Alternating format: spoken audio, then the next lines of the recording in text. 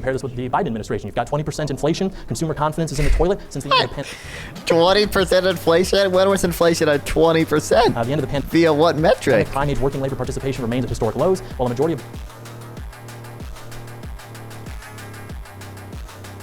So like our COVID recovery is the like best of the developed nations. Real GDP is growth is like the highest out of the developed nations, and inflation is barely above average of the developed nations. And we brought down inflation. Inflation is back at 2%.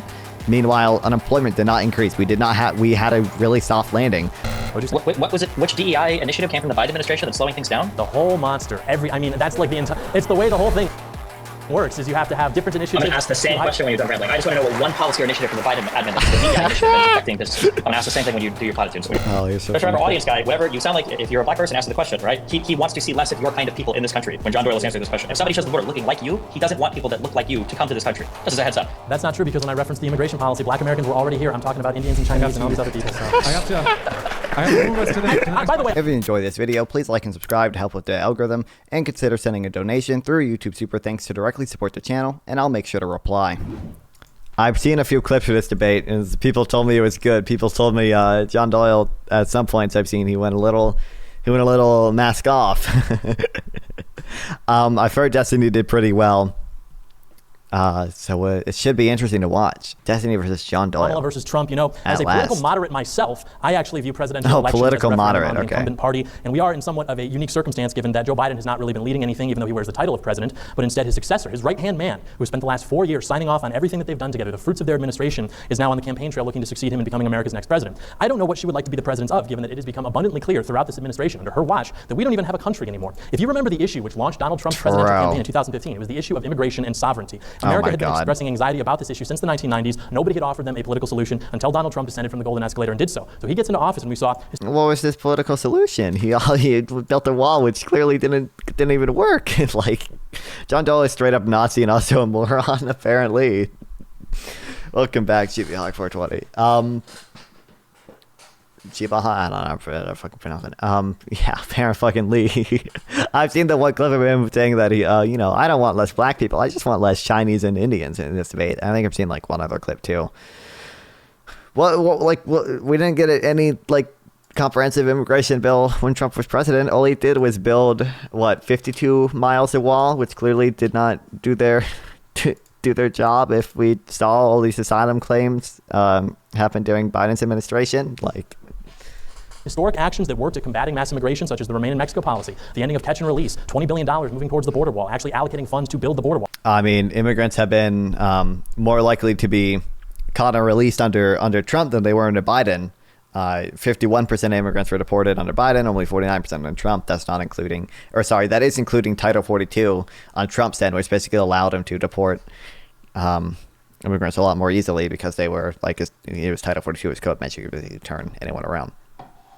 While he signed Title 42, which reduced immigration to near all-time lows during COVID, he implemented programs to standardize and professionalize deportation methods, which Obama in his final years sought to relax and destroy. Biden, on the other hand, when he gets into office, there are 302,000 encounters along the southwest border in December of 2023 alone, which is an all-time high. You see that being up 31% from November, up 13% from December of the prior year, which was the previous all-time high at that point. And yesterday we learned that 600,000 illegals are in this country now with criminal records, including 14,000 who have been convicted of homicide.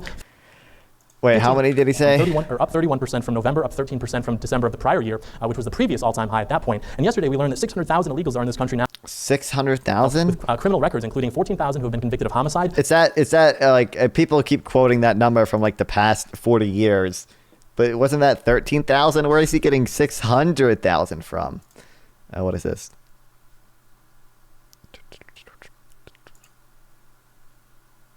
Actually, we should read this later, but. Where's my bookmarks? I remember bookmarking that one that had this specific data for all of them.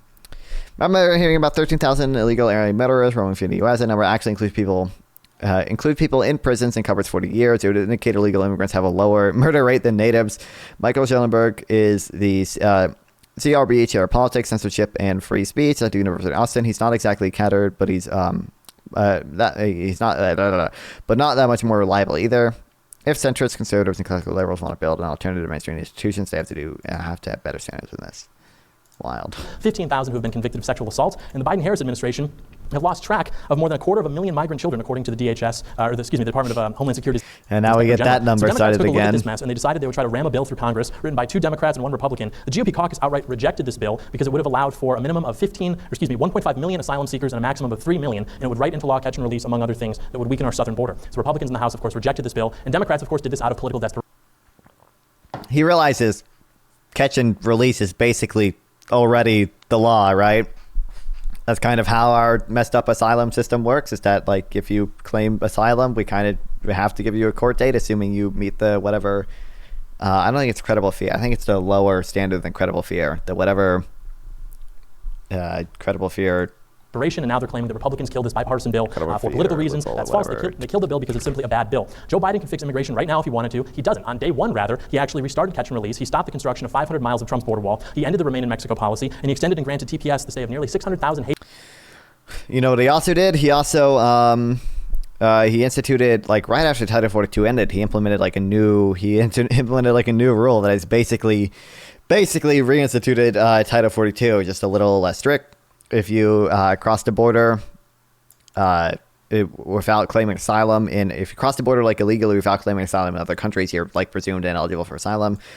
Negotiated a shocking and unprecedented deal with Mexico just to permanently deport some Cubans, Haitians, and Nicaraguans and Venezuelans there. He continued Trump's wall, although people will like say like he sold the equipment and they had to buy it back, so he didn't bill as much as he could have. Kamala Harris told people not to come. CPO saying everyone says yeah. Biden also resumed deportations to Venezuela and Cuba. Biden doubled the number of immigrants detained in ICE facilities pending removal. Biden's transform. Yeah, he did end the Remain in Mexico, but he instituted deport to Mexico. He deported fucking Cubans to Mexico, dude. Biden instituted many Trump's immigration policies like the asylum ban. So now, in violation of the asylum law, immigrants are presumed ineligible for asylum crossing if they cross the border illegally. Yeah. Which is a lot of fun, and he also signed an executive order on day 1 halting deportations. This is all inconducive to having a border, which is sort of like civilization 101. Who gets to be here, who does not? Also, the economy, it's in the toilet. Yet under Trump, 7 million new jobs, more than 3 times the government expert. Biden's job numbers have been better. I don't know why we went straight to jobs. Projection, you had middle-class family income growing to nearly $6,000 more than what it had been prior. We just saw like the first rise in like real income of Americans in 2024. It obviously declined because of like inflation, but like the U.S. had the best COVID recovery in the world by far, the highest GDP growth, like relatively on track with inflation of the other countries, like not that much above average inflation. More than 5 times. And we brought that inflation down without bringing unemployment up very much. We're still at like 4.2% unemployment. It's pretty good. That's a like pretty healthy unemployment during number. the previous administration, you had the unemployment rate that was reaching 3.5%, which was the lowest in a half century. You had an economy where now Americans, more than ever before, were prime age employment is also higher than it was. The prime age employment population ratio is like 80.9% right now. It's really high. Reporting being employed, 160 million jobs. Jobless claims were at like a nearly 50-year low. You had, more importantly, an economy where income was rising in every single metro area in the United States for the first time in 3 decades. Under Trump, we had 7 million people lifted off food stamps. Income inequality was falling for 2 straight years, which is the largest amount that it's been in over a decade. The bottom 50% of America. We saw income inequality fall a lot during COVID because of the wage compression. The wage compression from the labor market after COVID. We saw like substantial wage compression after that. American households saw a 40% increase in net worth. Wages were rising for low-income and blue-collar workers, a 16% pay increase, and with Donald Trump confronting trade competitors around the globe, America was creating 1.2 million manufacturing and construction jobs. How did we get here? Was that by chance? Of course. Biden increased manufacturing way more than Trump ever did. Donald Trump was removing 22 regulations for every one his administration was writing. The Republican Congress passed the Tax Cuts and Jobs Act, which put more money into businesses and into the pockets of consumers and the American people, which of course allowed for more economic growth. It benefited rich people, did not really benefit low and middle income people. At least not nearly as much as it did rich people. Probably did not increase GDP growth by almost anything. And we had Donald Trump as our president. He was the cheerleader for the economy and industry, and small business confidence was reaching historic highs, the highest they've been since 1938, all under Donald Trump. At the end of the Obama administration, non-residential equipment and structure investments were at near all-time lows. Following the passage of the Taxes and Jobs Cut Act, they were soaring to near all-time highs. Under the leadership of Donald Trump, the economy was secure. Compare this with the Biden administration. You've got 20% inflation. Consumer confidence is in the toilet since the end of the pandemic. 20% inflation? When was inflation at 20%? The end of the pandemic. Via what metric? Prime age working labor participation remains at historic lows, while a majority of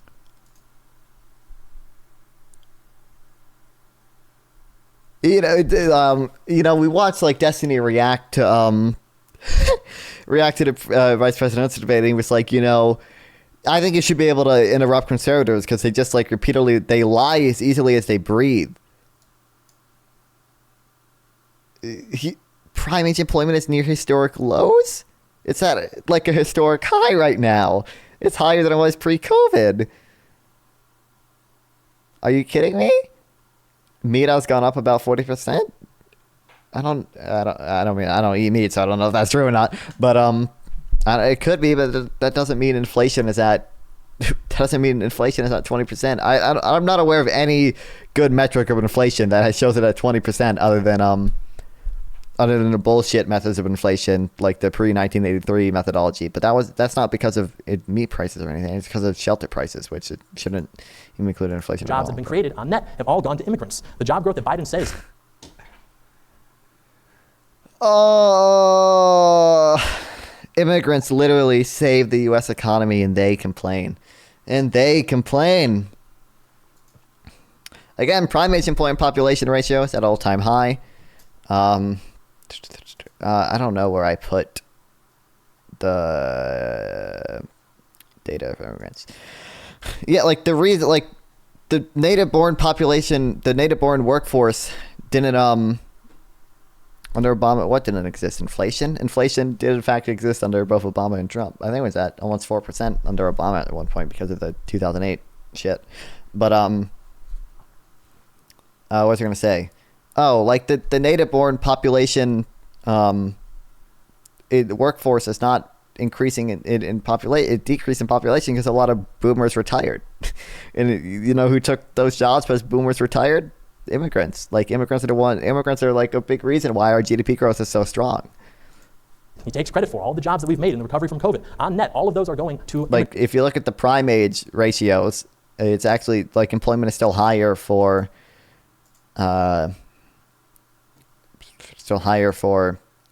native-born workers and for immigrants. I don't know if I can. None of those are going to Americans on net since 2019. And if you look at a survey from Red Balloon and Public Square from 80,000 small businesses, they find that 40% of business owners have recently been forced to delay payments, 70% are putting staffing and expansion plans on hold, 64% believe that we're headed towards stagflation, and half say that definitely or probably they will not survive another 4-year term under the Biden-Harris presidency. I'm going to assume most of those statistics are wrong. Just because he like blatantly like lies about other things. Here we go. We're working age native-born population is not growing. It's primarily due to birth rate 25 years ago. The working age foreign-born population is growing. If we look at employment for working age people in the United States, natives do better and are both are at record levels. Like, yeah. It's even higher. The economy clearly is not working for the American taxpayer or for the American business owner. And of course, nothing matters if the economic growth that we have witnessed, to the extent that it even exists, does not go to the actual American people and does not actually work for them. As we'll discuss tonight, our economy under Kamala Biden is one that works to fly illegal migrants into our country and one that works to spend money and sell weapons to other countries while American towns and American people are drowning under 10 feet of water. Joe Biden yesterday, he said there's no more money for North Carolina, Tennessee, Georgia, all these people who desperately need support right now. But he's just lying. Joe Biden has literally approved like every single request for federal money that North Carolina sent in. Meanwhile, Trump didn't. Trump didn't approve like 90% of the requests North Carolina sent in for federal aid during his term. Last 2 years, we have given $175 billion to Ukraine. Obama saved the economy from the worst recession since the Great Depression. I mean, our recovery from 2008 was pretty slow because we did not spend enough money. Our 2008 recovery wasn't like absolutely abysmal compared to Europe, but it was still pretty bad, I would say. I wouldn't like Obama, sure, partially like Obama. I don't want to say Obama saved it. Obama kept the economy on life support. Biden was bad and destroyed the economy. I don't think so at all. I think Biden had a way better recovery than Obama did. What do you mean, bro? Who knows? Maybe Trump used the connection to collude to destroy the economy during in power. Yeah, definitely. Why? Literally why? The border wall, the most pro-American idea in the last 10 years. Securing America's border. Civilization 101. That was supposed to cost like what? $10 billion, but that was too expensive. Trump's mass deportation plan is supposed to cost $100 billion. I have to read about why that's impossible every day in the New Yorker, but we're sending $175 billion to Ukraine just in the last 2.5 years, which by the way is far more difficult mechanically, like laundering money to foreign countries, going through different organizations, keeping track of it. The point being, I pay taxes. Laundering money? You pay taxes. Wouldn't it be nice for Man, thank God you can't build a border wall of Patriot missiles. to see that money actually going towards the interests of American people instead of to the citizens of the world? Wouldn't it be nice for the American government to actually look out for you and not everyone else in the world while you foot the bill? I won't hold my breath, however, expecting answers to these questions because they aren't supposed to be answered. They have no plan. They don't have a plan because they're completely beholden to the political establishment. That's why things can more or less continue operating and the public doesn't understand how badly their president's mental state is until the first time they wheel him out for a debate and people realize how gone this guy is because the White House can more or less continue to run because Joe Biden is not actually in charge. And there's no plan Base but to the continue deep the management state. plan of our country. She even Base had no deep policies state. on her website until literally 5 minutes ago. And if she does have a plan to fix everything, you have to ask, okay, why? That, I mean, he's being a little hyperbolic there. She didn't have policies on her page for a little bit, but they've been there for quite a while now. What's going wrong right now? You're in office. You've For been like literally like a for month. 4 years. Joe Biden clearly hasn't been in charge. So who has been in charge? Why don't you fix these things now? And I mean, he even owned up to his record in 2020 by saying that he will God, I hate this talking point so continue to much. do more of what has been successful. If Kamala is saying, well, there are problems, how is that then not an indictment of her, everything that's happened in the last 4 years? And look at what's happening today. We've got hurricanes destroying towns, destroying You can't livelihoods. tell me Biden improved the economy is pretty bad. I totally disagree with that. I think the economy is pretty good. I think Biden, again, like we had to deal with COVID. So like our COVID recovery is the like best of the developed nations. Real GDP is growth is like the highest out of the developed nations, and inflation is barely above average of the developed nations. And we brought down inflation. Inflation is back at 2%. Meanwhile, unemployment did not increase. We had a really soft landing, at least assuming we don't enter a recession later on. But we didn't really bring unemployment is still at a really healthy number. And what life experience? And nothing I'm talking about here has to do with life experience. These are all like statistics because these aren't life experience questions. These are statistical questions. Like we brought down inflation without having to bring unemployment up, without going into recession. That's pretty impressive. Like $30 billion in property damage, 160 people dead. What does Joe I Biden literally packed up and moved because I would no longer afford living in the States and moved overseas. say when asked if he has any words for the victims of the hurricane? Statistics can be He said, well, we manipulated. give them If I had to guess, I have a better understanding of how like CPI and how these things are calculated than you do. You probably think that the like 1983 CPI methodology is better than the current methodology. everything we have. They say, can we give any more resources? He says no. Okay, so the commander in chief So, or these are statistical questions. If I'm asking, like you understand, what is inflation at? It's not a life experience question. It's a statistical question. You shouldn't be citing life experience for what is inflation at. missing. What about Kamala? She has this opportunity as his second in command to display and I was coordinate a a government budget analyst. Then why do you think CPI is manipulated? Do you think CPI is like artificially low or like? response, display leadership, Just use the explain. power of the federal government in ways that she only and uniquely has access to, quelling any doubts that we may have about her leadership capabilities. But she didn't. What she did instead is basically just take staged photographs on a plane instead of going to actually visit the people impacted by the hurricane, which is what Trump is doing. Trump is down there on the ground right now, distributing resources, telling people that the American people have not been forgotten about, taking care of these things. Just like in the aftermath of the September 11th attacks, the deadliest in American history, Donald Trump was on the ground putting his guys to work, taking care of American people 15 years before he would even become president. And he's on the ground doing the same thing today. Kamala Harris is simply incapable of leading. She's not intelligent, she's not competent. You're listening to the smartest man alive. Brave. She doesn't have the charisma. She's just the current face of the establishment. Everything that they do, it's all talk. Based. Trump I talks love about, the all talk, no establishment. action. She is just the Holy incumbent role base. of that. She has no agency herself. She will simply continue what has been going on for the last 60 years in this country. And they will never forgive Donald Yes, Trump for convincing another deep state actor based the on American people that it didn't have ironically. to be that way. That it doesn't have to just be this managed decline where everything is more expensive yet less in quality, and you're now working and you can't afford to go to school and let alone graduate and find a job. And because Biden canceled a lot of student loan debt, but like wrong with okay. immigrants, they will never forgive And Trump. increase like Pell Grants to people as well. Like I'm pretty sure people probably had an easier time affording to go to school under Biden than most other presidents, considering again like the student loan debt cancellation and like the increased Pell Grants to people. For challenging these political orthodoxies, let alone successfully. And so it's really not so much a question about Trump versus Kamala. It seems to be much more Trump versus whatever has been happening in our country for the last 60 years. And Trump is the only successful candidate. That's of not any a of these good thing. political What, student loan debt or people going to school easily? orthodox. Like I'm not like super big on the student loan debt. Inflation is high if you consider that I'm broke. Checkmate, liberal. I'm like the student loan debt. I'm like I think student loan debt cancellation would have been a good idea 5 years ago. I think by the time Biden was elected, it probably wasn't a great time to do student loan debt cancellation because we were in an inflationary period, and obviously student loan debt is expensive and it's going to have inflationary effects because you're canceling people's debt so they can then afford to spend more money on other things. That's going to increase aggregate demand. It's probably going to be inflationary, but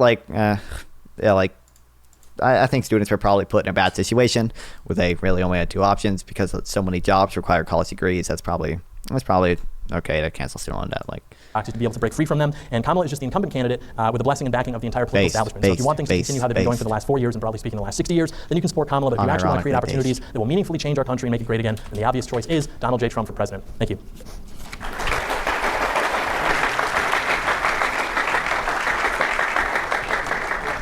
Thank you very much for that opening, John. We're going to kick it over to Stephen for 10 minutes as well. And just want to let everybody know that if Stephen would like, he can push some of his opening statement time into the open dialogue if he doesn't want to take the full 10 minutes. Thank you very much, Stephen, for being with us. The floor is all yours for your opening as well. Okay, Real let's see quick, how James, fast can he you guys hear me? speaks. I'm audible? Yes. Okay, cool. All right. Wait for my timer on screen. Okay, I'm good. Ready? Yeah? Yes, I think I heard a yes there. Yes. Okay. We have Bro is a multi-millionaire and can't afford a like relatively decent portable stream setup, bro. Just like buy a fucking Blue Yeti, buy some good headphones. two parties in the United States, and right now one of those parties lives in delusion. Conservatives Bro. rely on the ability to cast a huge net and to cover a ton of ground and to lie and lie and lie about every single topic they bring up. That's why if you try to ever actually force a conservative to own a particular position, they will pivot away from that and go to some other position where they will lie. Okay, most of the people that, for instance, I'm debating on these types of debates now don't believe, for instance, that dinosaurs existed. If you look at things like, I believe the response to the recent disasters was brought up in North Carolina. If you look at the responses from DeSantis, if you look at the responses from Kemp in Georgia, if you look at the response from Collins, everybody is saying we are getting exactly what we need. Joe Biden has called these people already. It is a lie that Donald Trump is pushing. It is a lie that conservatives like John Doyle are pushing, that states aren't getting what they need from Biden. This is just not true. Google.com, search for it. Governor's response, recent disaster, governor's response, hurricane. It's not true. Everything he says is a lie. Now, on the contrary, there has been Donald Trump who has refused aid to states before. Yes, there are reported conversations with Kushner saying that Donald Trump wanted to withhold aid from people. Initially in California, when the wildfires were happening under his term, Donald Trump withheld that aid. And in a speech a few days ago, Donald Trump talked again about potentially withholding aid from California if they didn't sign on to a bill that would open up more land in the north for agricultural purposes. There is only one president that I know of in recent history that has threatened to withhold national federal aid from states in times of disaster, and that is Donald Trump. Joe Biden has never done this. You will not find statements of him ever doing this. You can look at, I believe, Roy Collins on Twitter right now, just yesterday tweeted, thanks to Biden for calling him and providing everything that they need. I think he means Roy Cooper, but yeah. Like basically every other thing that is said in support of the Republicans, and even ignoring all of the policy. We can even say, fine, maybe they might have a better stance on the border. They don't. Maybe they might have a better stance on the economy. They don't. Maybe they might have a better stance on foreign policy. They definitely don't. Fine, maybe they do. But even if they did, Donald Trump wouldn't be the guy that would be able to get anything done. Donald Trump was not able to get funding for the wall. He wasn't able to build the wall. He like a dictator. He built He sucks at legislating things. An itty bitty fence, and then he walked away with his tail between his legs. They called that a victory. So if you did want a wall, if immigration was something that was scary to you, why would you rely on Donald Trump, who was a massive and total and utter failure in his administration, where both sides of Congress were controlled by his party, to do anything? Why? He wouldn't be the guy for it. He was incapable of doing it, and he was only able to have such good numbers because he was able to rely on COVID to shut down the border with Title 42, and he was able to rely on the fact that a lot of people were sick and didn't feel like making the journey to the United States. And you can tell because if you look at that graph that he lies about, that he shows at events where he says this is when I left office, he actually left office like about a year later when the immigration numbers started to spike up again. So if immigration is your issue, Donald Trump's not the guy to solve it. He can't work with Congress to pass legislation. There was a big bill on the border from Langford that Doyle for some reason called Democrat authored. This bill had widespread support among Republicans until Donald Trump came and shut it down. Interviews with Langford confirmed this. You can watch a speech with Ted Cruz where he says this. You can watch McConnell talking about it in the Senate where he confirms this. Nobody's debating this seriously except for the people, the sycophants that try to carry water for Trump outside of his administration. I say outside of his administration because nobody from his last administration is left. How do you have all these people? You know, you look at the people that he surrounded himself with. Where are they at? Donald Trump won in 2016 running on a ticket with Vice President Mike Pence or ex-Vice President Mike Pence. Where is Pence? Why isn't he running anymore? Oh, because when he was in office last, Donald Trump basically watched and tried to get him killed. When he was at the at the Capitol building trying to certify the election, Donald Trump sat by and he watched for 3 hours. You want to talk about a dereliction of duty or an absent commander in chief? He sat by and he watched while the Capitol was rioted, while it was taken over for 3 hours, doing absolutely nothing in the attempts to maybe win the election because the people would be too scared to certify after he riled his crowd up and he sent them out of the Capitol. If you look at Donald Trump's approach to foreign policy, it was a joke. People say there were no wars under Donald Trump. What do you mean? No, what does that even mean? We were in a conflict all over the world. He was still doing drone strikes in Yemen. We did the assassination of Soleimani. We had troops that were active in Syria. We had a military presence that was still in Afghanistan. There was still a Russian occupation of Crimea. There was an Iranian attack on Saudi Arabia. There were riots in the Gaza Strip. Like when we say there were no wars in the rest of the world, this is just another conservative delusion. And what are the foreign policy positions that Donald Trump has? And don't just not the empty platitudes, okay? Not Donald Trump where he stands and he leans forward like a fucking giraffe. Yeah, he won't even answer anything. He won't like all he's saying is that if he wins the election, the war in Ukraine will somehow be over as he's president-elect. He won't even clarify anything. He won't clarify what his actual position is on Ukraine, whether or not we should get him aid. He won't say what a deal would look like. He just says oh, that's classified. I can't share it because then it won't happen. See, he weighs 350 pounds, okay? Give me an actual policy position that Donald Trump has or has at least espoused when it comes to dealing with, we can't do that. Because every single time, on every single interview where Donald Trump is asked about his foreign policy, he says, I can't spoil it. It's a secret. Yep. Well, it's not a secret. We watched what happened when he was in office. When he sent Tillerson and Pence over to North Korea, later on Trump tweeted out, Tillerson, don't waste your time. Okay, I think Pence actually said it was a waste of time. I believe that was reported behind the scenes. Nobody thought that anything would happen in North Korea. They were back to testing their missiles a month later. Nothing happened there, except for the fact that Kim got a photo with Donald Trump, and Donald Trump, for the first time in U.S. history, was the commander-in-chief of the U.S. Armed Forces saluting an enemy's military for who the knows what reason. Let's see. Did he have a good success in Syria? Well, let's see. He completely and utterly ditched our allies, the Kurdish fighters that fight alongside the FSA against Bashar al-Assad, somebody who engaged in chemical warfare against his own citizens enough that Trump saw fit to bomb an airport. Was that also another action that wasn't a war or wasn't part of military conflict? I don't know. It's hard to keep track of what conservatives consider what, because it seems like they got a double standard for literally everything. And when I say double standard, I mean an actual human standard for Democrats and actually no standard for Republicans. When we look at things like the economy, we talk about pulling kids out of childhood poverty. Did Donald Trump have a policy for that? Well, let's see. When he was in front of that economic forum, they asked him, Donald Trump, what one specific policy would you actually give in order to alleviate childhood poverty? He gave an answer that puts Biden at his worst moments to shame. This was one of the most unironically, and he gave another answer like that recently. This answer is absolutely horrible. He's mentioning the child cancer. That answer was horrible. Like, he generally was just rambling, like, total nonsense. It was absolutely horrible. This answer, I don't think it was on that tier, but this answer was really bad too. What actions will he take to ensure that jobs stay in America so we continue to build best cars in the world here in Michigan? Trump. So pretty much, as we've been saying, and what I want to do is I want to be able to look your business. Years ago, this area, I was honored as the man of the year, and maybe 20 years ago, and the fake news heard about it, and they said it never happened, and I didn't know.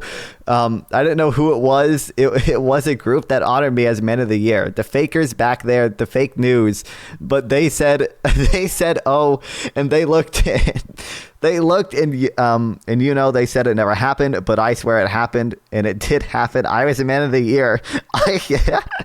I came and I made a speech and I said, why do we allow them to take your car business away? Why do you allow it to happen? They're taking your business away, and I didn't know much about it. And all I know is that they were taking your car industry away from you.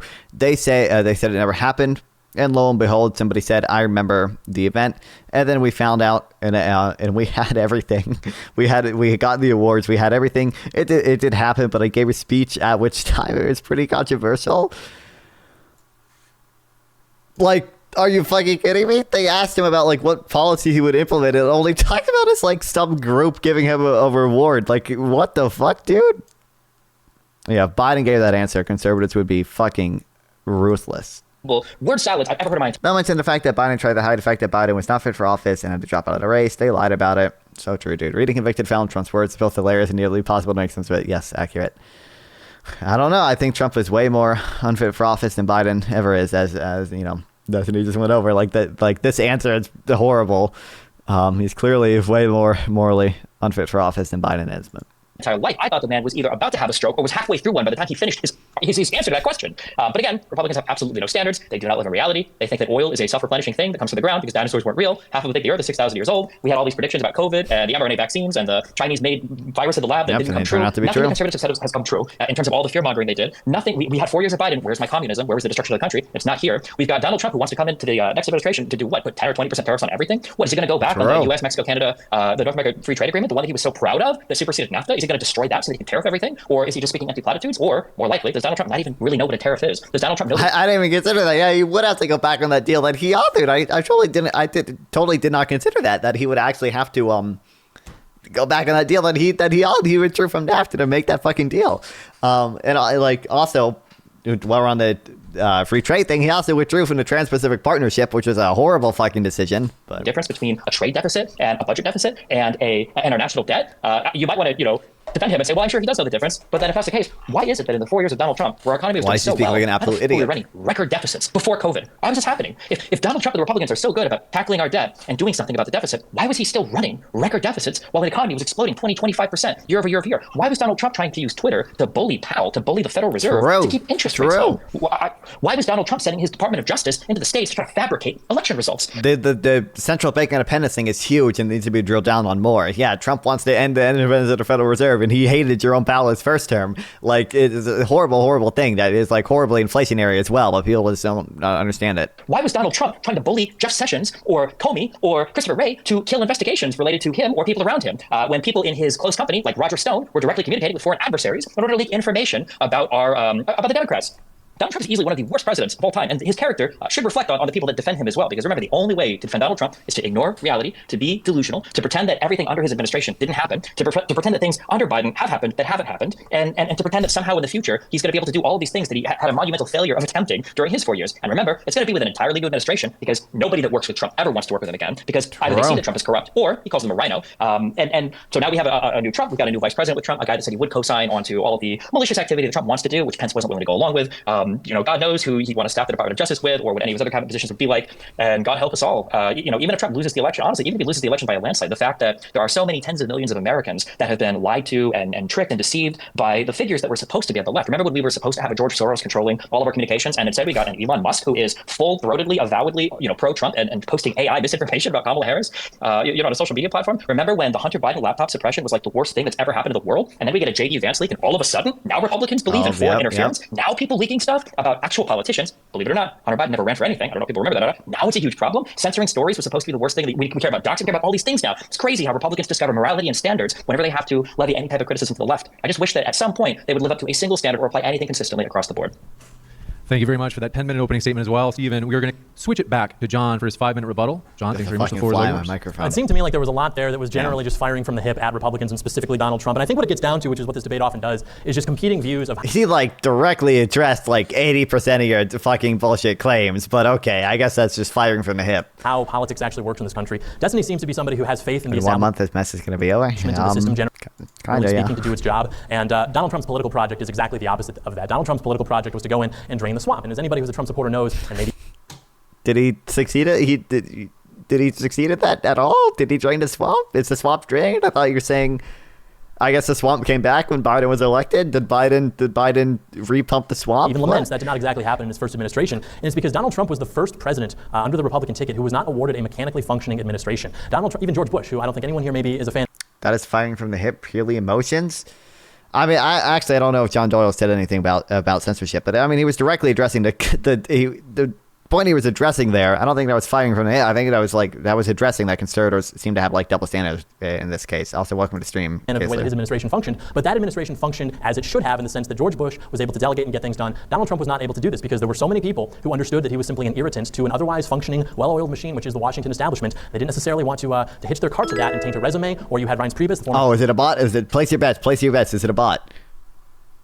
How long till he says add me on Discord for graphic design? Yeah, there we go. It's a bot. Head of the RNC, he had a Rolodex of names ready to go to fill these staffing positions. So it's not at all surprising to me that Trump was not able to execute the way that other presidents, including Republican presidents, were able to execute, because everything that Trump sought to do was a disruption of orthodoxies which have existed for 60 years and would like to exist after Donald Trump. And I think that a lot of those personnel issues have been resolved since. I think he understands some of the problems there. But I also think it's sort of nonsensical to conflate, sort of Republican delusion with Democrat delusion. Because when you have Republican delusion, that's like your aunt or uncle at dinner who says something like, I don't know, what if elites are like satanic and do crazy rituals? And it's like, yeah, that's crazy. Democrat delusion is like what these people run on. They run on the issue of, hey, what if we put an axe wound in between a child's legs? Wouldn't that Really? That's the Republican delusion? Not like any of the repeatedly false claims about the election that Republicans have been making for years, and even JD Vance tonight wouldn't say that Trump lost the election. Hey, what if we couldn't actually define what a woman is? Things like that. Again, very low-hanging fruit, but simultaneously, I think very important to understand exactly which party is the one advertising and establishing power based on delusion. And so I didn't really hear much that was addressing the points I laid out directly in terms of why Trump did X, it was successful. Biden undid X, and now we are experiencing bad results because of that. And so in terms of Trump's staffing issues, again, you have an incentive there to not want to hitch your cart to that, whereas Kamala Harris had the highest overturning rate for her White House staff in history. It was like 92%. 92% of people who were working for her went away. They said, no, thank you, no more. What kind of leader is it where people who are the closest to her, working for her, in proximity to her, with no other incentive, no other obvious lily pad? I mean, you're working for Kamala Harris. That's maybe the future president, that's the vice president. They still left those jobs because working for her was such a nightmare. So the idea that she could somehow command and be a better executive than Donald Trump is just complete nonsense. Moreover, we haven't even heard that case. All we've heard is that Donald Trump is bad. People left Kamala Harris because Trump isn't even running with his fucking old vice president. People overturned from Kamala Harris's staff because she was strict or whatever. People left Trump. People abandoned Trump because he tried to pressure them into overturning the election. Republicans are delusional or things like that. The tariff policy, I don't understand why we're against tariffs. Tariffs are as American as apple pie. Every man who's on Mount Rushmore was a protectionist. 95% of all imports the height of America's economic growth in the 19th and 20th century were tariffed. Biden. Wow. Must have been causal. That must have been causal. The growth definitely wouldn't have been higher if we didn't have tariffs. That must have been causal, dude. Great analysis. Kept the tariffs that Trump implemented, so if they were so bad with the Chinese imports, I mean, you would think that he would repeal those, but of course he didn't. He held on to them. They were bad. They should repeal them. But so I think that, the president is the executive. But they don't want to expand them nearly as much as Trump does. And at least they did it. At least the way Biden did it. It's actually with a strategy behind it. Not only has Biden kept some of the tariffs, he did the Chips and Science Act, where he invested money in actual American manufacturing and got a ton of private companies to invest in making chips here rather than in Taiwan, where there's obviously supply chain issues in case any shit goes down between China and Taiwan. At least there's an actual strategy behind what Biden does. Biden has been, I'm pretty big free trade guy, but Biden has been like pretty smart with industrial policy, whereas Trump is a fucking idiot who probably doesn't even know what a tariff is. Like, I've never heard Trump describe a tariff correctly. Kamala Harris never answers random questions from reporters ever. This should make you think. I don't even think that's true. There's like clips of her like walking up to reporters like after the plane lands and her talking to them. She's done what, 2 interviews? I guess both of them were pre-taped. I don't know if she had a question. She might have had a question for them beforehand. Although I don't think her answers wouldn't have been so bad for some of them if she had the questions beforehand. I don't know. I don't even know if that's true. Have to necessarily pass bipartisan legislation to be. But it's just because the standards for Republicans are so low that like Trump can give an answer like this and apparently no one fucking cares. Like these are Trump's answer to questions. Like what like this is literal nonsense. Like, yeah, Trump can answer whatever questions he wants because it doesn't matter how he answers it. People are going to suck his dick no matter what. Effective president. He is the executive, the chief executive. Sam Francis once said that there are 2 parties in D.C. You have an evil party and a retarded party. And occasionally those 2 parties get together and do something evil and retarded, and we call that bipartisanship. I think that's actually true. I don't think bipartisan legislation is an accurate measure for what makes a good leader. Congress has what, a 2% approval rating on its best day, something like that. We think working with these people, these swamp rats, is actually indicative of what makes a good leader. A good leader is somebody who If a good leader should probably be able to work with the other side to negotiate and pass their legislative agenda. Yeah, if you're a leader who like is running on a platform, but you can't actually pass any of your fucking platform because you don't know how to work with Congress, yeah, you're probably not a very good leader. You should probably be able to actually negotiate with people to like pass your policy platform.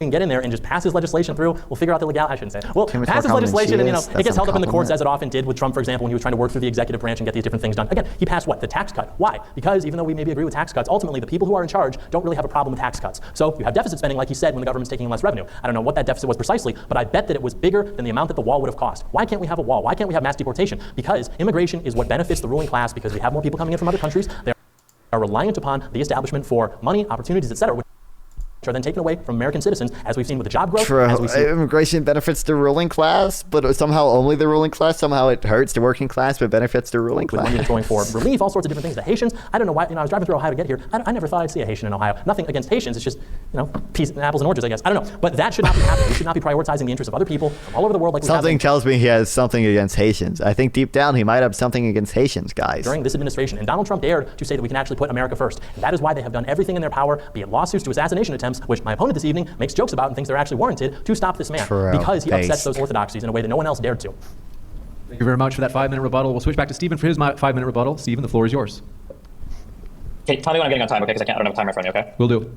Okay, all right, or give me a 30-second notice, okay. Okay, well, Donald Trump talks about draining the swamp. I'm sorry, Donald Trump is the swamp. The most effective swamp that Donald Trump drained were his own cabinet members. When every single person around a guy, whether be it his personal people like Cohen, be it his own cabinet members like Rex Tillerson, people like Mike Pence, be it his own family members or his wife like Melania, who doesn't want to even be seen with him, whether it's other people in office who are begging him to call off the rioters on January 6th, like when him and McCarthy got into a fight on the phone, every single person that has worked with Trump says that he is trash, and he is trash. How can you scream about having all those military generals endorse Kamala Harris even, right? So draining the swamp when he is the swamp. Everywhere he goes is a swamp. If Donald Trump hadn't done The Apprentice, he would be a brokey crackhead wandering the streets of the Bronx or Manhattan trying to get a hit. He is a loser in every single part of his life, and the party backing him right now are losers. And I don't mean that in the abstract sense of let's have another 5-hour conversation about trans issues, but I mean that in the sense that his personal business adventures have been an epic failure. He's filed bankruptcy almost over half a dozen like times, 6 I believe. times, yeah. People from his prior administration have abandoned him. His own family is abandoning him. He is a convicted felon for a good reason too. He's facing more felony charges. All of the lawyers that were working with him before have been either criminally indicted, criminally convicted, or in the case of people like Powell or Giuliani, disbarred, meaning they can't even practice law again, or Eastman as well.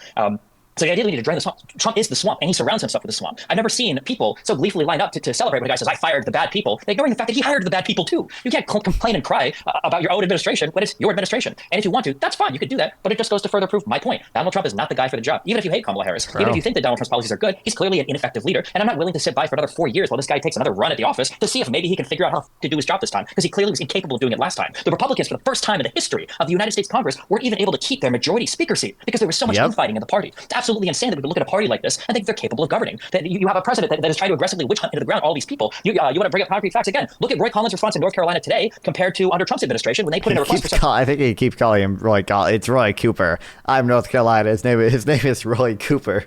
But yeah, 800. I think it was $800 million, and they got like 8. They got 1% of the requested aid. You can Google this. Yep. North Carolina, 2017, requested financial aid, requested federal aid. You can find this. 99% of it was fucking rejected. Yep. Oh, real. They're all facts. There's no way to hide from them. You know what else is facts? You want to talk about draining the swamp, why do you have pardon lists that people like Giuliani and Eastman are referring to when they're working for Donald Trump? Why are these people going into office assuming they're going to be breaking crimes, asking to be put on a pardon list afterwards? Why is Donald Trump pardoning people like Manafort? What's up? Wait, hello? Hello? What's up? Yeah, it just occurred to me. Did Ukraine come up at all in the debate? No, I don't think so. That's infuriating. Yeah. That makes me really mad. That makes me really mad. I mean, I don't know. I think the questions were crazy.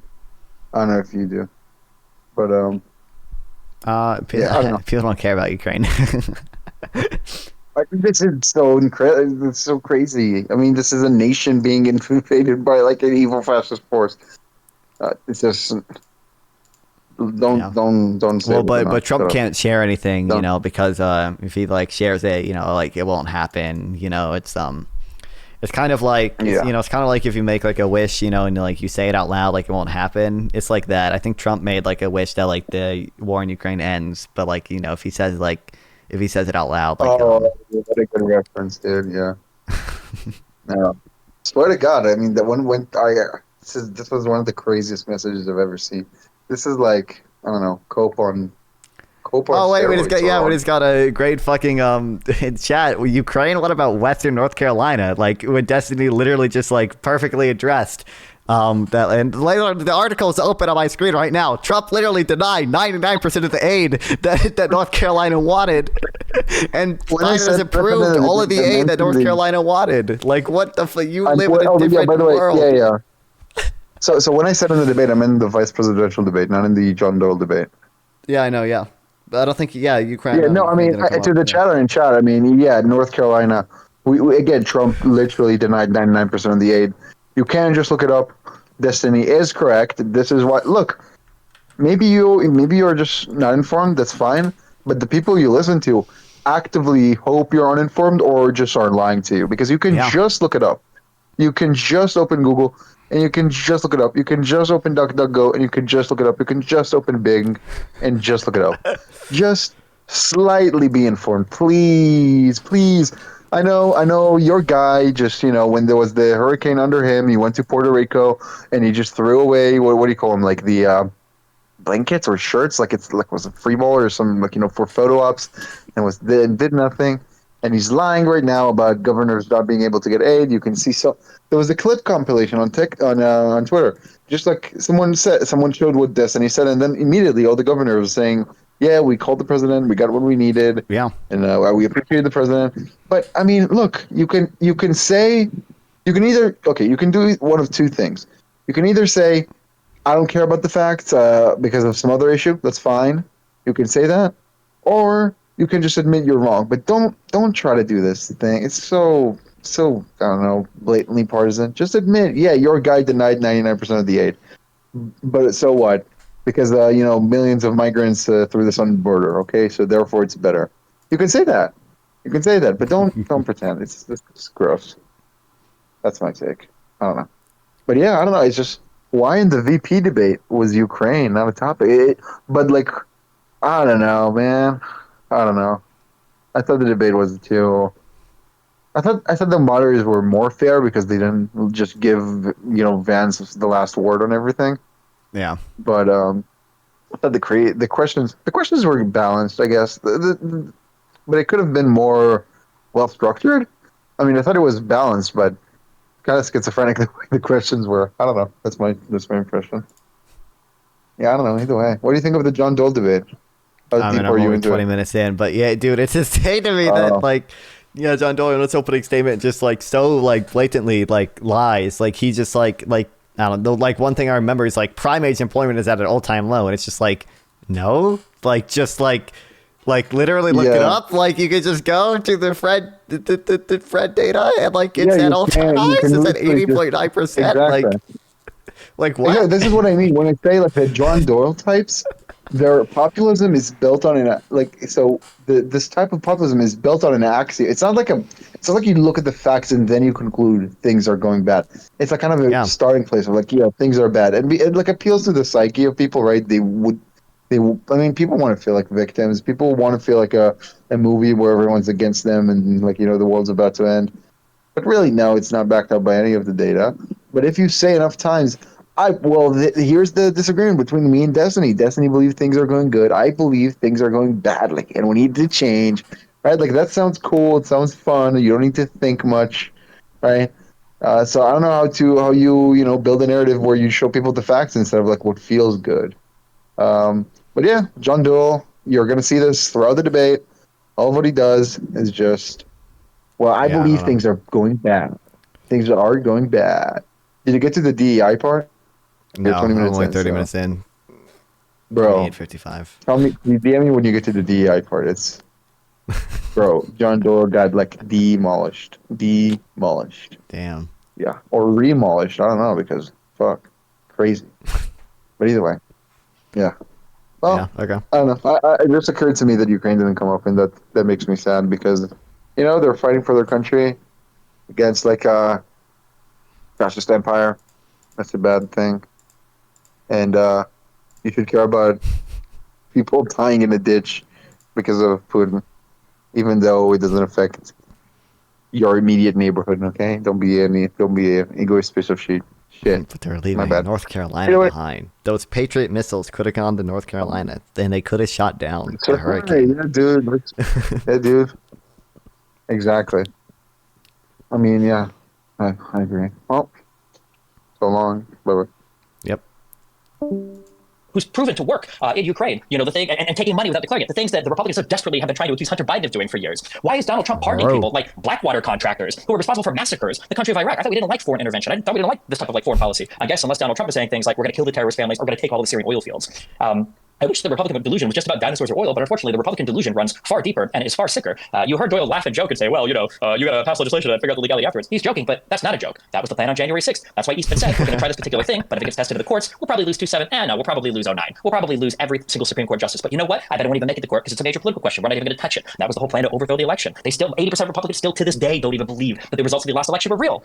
So unfortunately, the delusion goes much further. You want to talk about what is a woman? Well, right now, according to a conservative, a woman could be a fucking fugitive of her state if she is crossing state lines because she might be going after an abortion. A woman might be somebody who you can track at the border if she wants to drive to another state that has legalized access to certain types of contraceptions or certain types of abortion procedures because you don't want her to be able to have an abortion. 30 seconds. I mean, the idea that Republican delusion, doesn't run as deep as it does and isn't deeply rotting, not only in a character and moral You should also drill down to the fucking Algerian boxer thing when every conservative lost their mind about that. Like, holy shit, also, just dude. in a procedural sense, it is laughable. Again, you want to talk about like Donald Trump, and the fact that tariffs are great. I don't know where that 95% number came from, but Donald Trump's big crowning achievements were tax cuts, which was deficit spending, and renegotiating the NAFTA agreement into the U.S. Mexico-Canada free trade agreement, now which he wants to completely destroy with tariffs. So even a little bit that he did accomplish was either just deficit spending like they accused Democrats of doing, or something that he wants to blow up as soon as he gets into office anyway.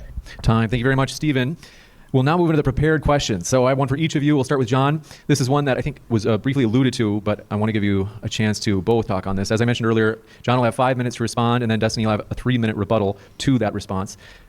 For John, in the late May hush money trial this year in which Donald Trump was convicted of 34 felony counts, the prosecutor in the case said it was, quote, weaponized DOJ, Democrat judge by Donald Trump to influence the 2016 election by paying off those who reported his bad behavior, unquote. Do you agree with the prosecutor that this was election interference, and should this, namely Trump's 34 felony counts, be a jury relevant factor instructions for citizens deciding who to unconstitutional vote for this November? I think it was Let's a witch see, hunt. how many I don't to think it's a 3? relevant factor, and I don't think anyone actually thinks it's a relevant factor. I mean, his approval rating, his polling didn't significantly drop. You are simply firing at the hip, and you plug in convicted felon when you are attacking Donald Trump. But if it weren't convicted felon, then it would be. I'm pretty sure the polling did change a little bit after the that was like the only time Biden was ahead. It was like right after the felony conviction. He was charged as it would be whatever it has to be to simply paint Orange Man as bad. Just like in 2016 it was the Russia collusion, and we've had things ever since then. We've had multiple impeachments, just painting this guy as like an absolute threat to democracy, literally Hitler. But then he gets in office and things are more or less like okay. Actually, it's not the end of the world. His supposed delusion does not seem to be manifesting into the way that the country is, and the way that the Biden administration or the Harris administration, which seems to be operating, I guess, on not delusional ideas, is actually manifesting in lower qualities of life for everybody who's in this country. I mean, real house net worth is down, incomes are down, crime is up, unemployment. I mean, people. I mean, it's back up by now, but. are not happy with the way things are going. If Trump is so delusional and crazy, why is it that he had higher approval ratings at this point in his administration than does Biden or Kamala? I mean, Kamala had the lowest approval rating for any vice president before the incentive was given to be a People cheerleader like you are willing to lie for him. for her because she became the nominee after Biden had to step down and everything. So yeah, I absolutely believe that it was fake, and I think that voters are and should be disregarding it because the question is ultimately not about these sort of trivialities. It's about who is going to actually create a better life for Americans. I think I laid out very clearly in my opening statement that Donald Trump can do that, has done that, and will once again do that. And I'm having to sort of deal with these things about Trump firing neocons, and I'm supposed to be really upset that happened. Like, yeah, I mean, if you're going to build a foreign policy establishment and you want to posture as being strong, I'm going to hire the guy who wants to make, I don't know, the entire Middle East into a parking lot because I want them to know it's there. I might do it, and then when we have problems, maybe we fire him or things like that. Like that computes to me. That makes sense to me. That is what I would do in that situation as a loyal MAGA patriot. I don't think that's necessarily delusional or anything like that. So yeah, I mean, again, Trump's political project was something that was ambitious. It was this idea that we were going to break free from party orthodoxies on immigration, which in the 2000s didn't get fired from mainstream conservative establishments for even hinting at, expressing attitude, but now Trump is now endorsing and making the baby boomers of the RNC hold up signs in support of mass deportations. Things like trade policy, which again, you could not question. Things like foreign policy.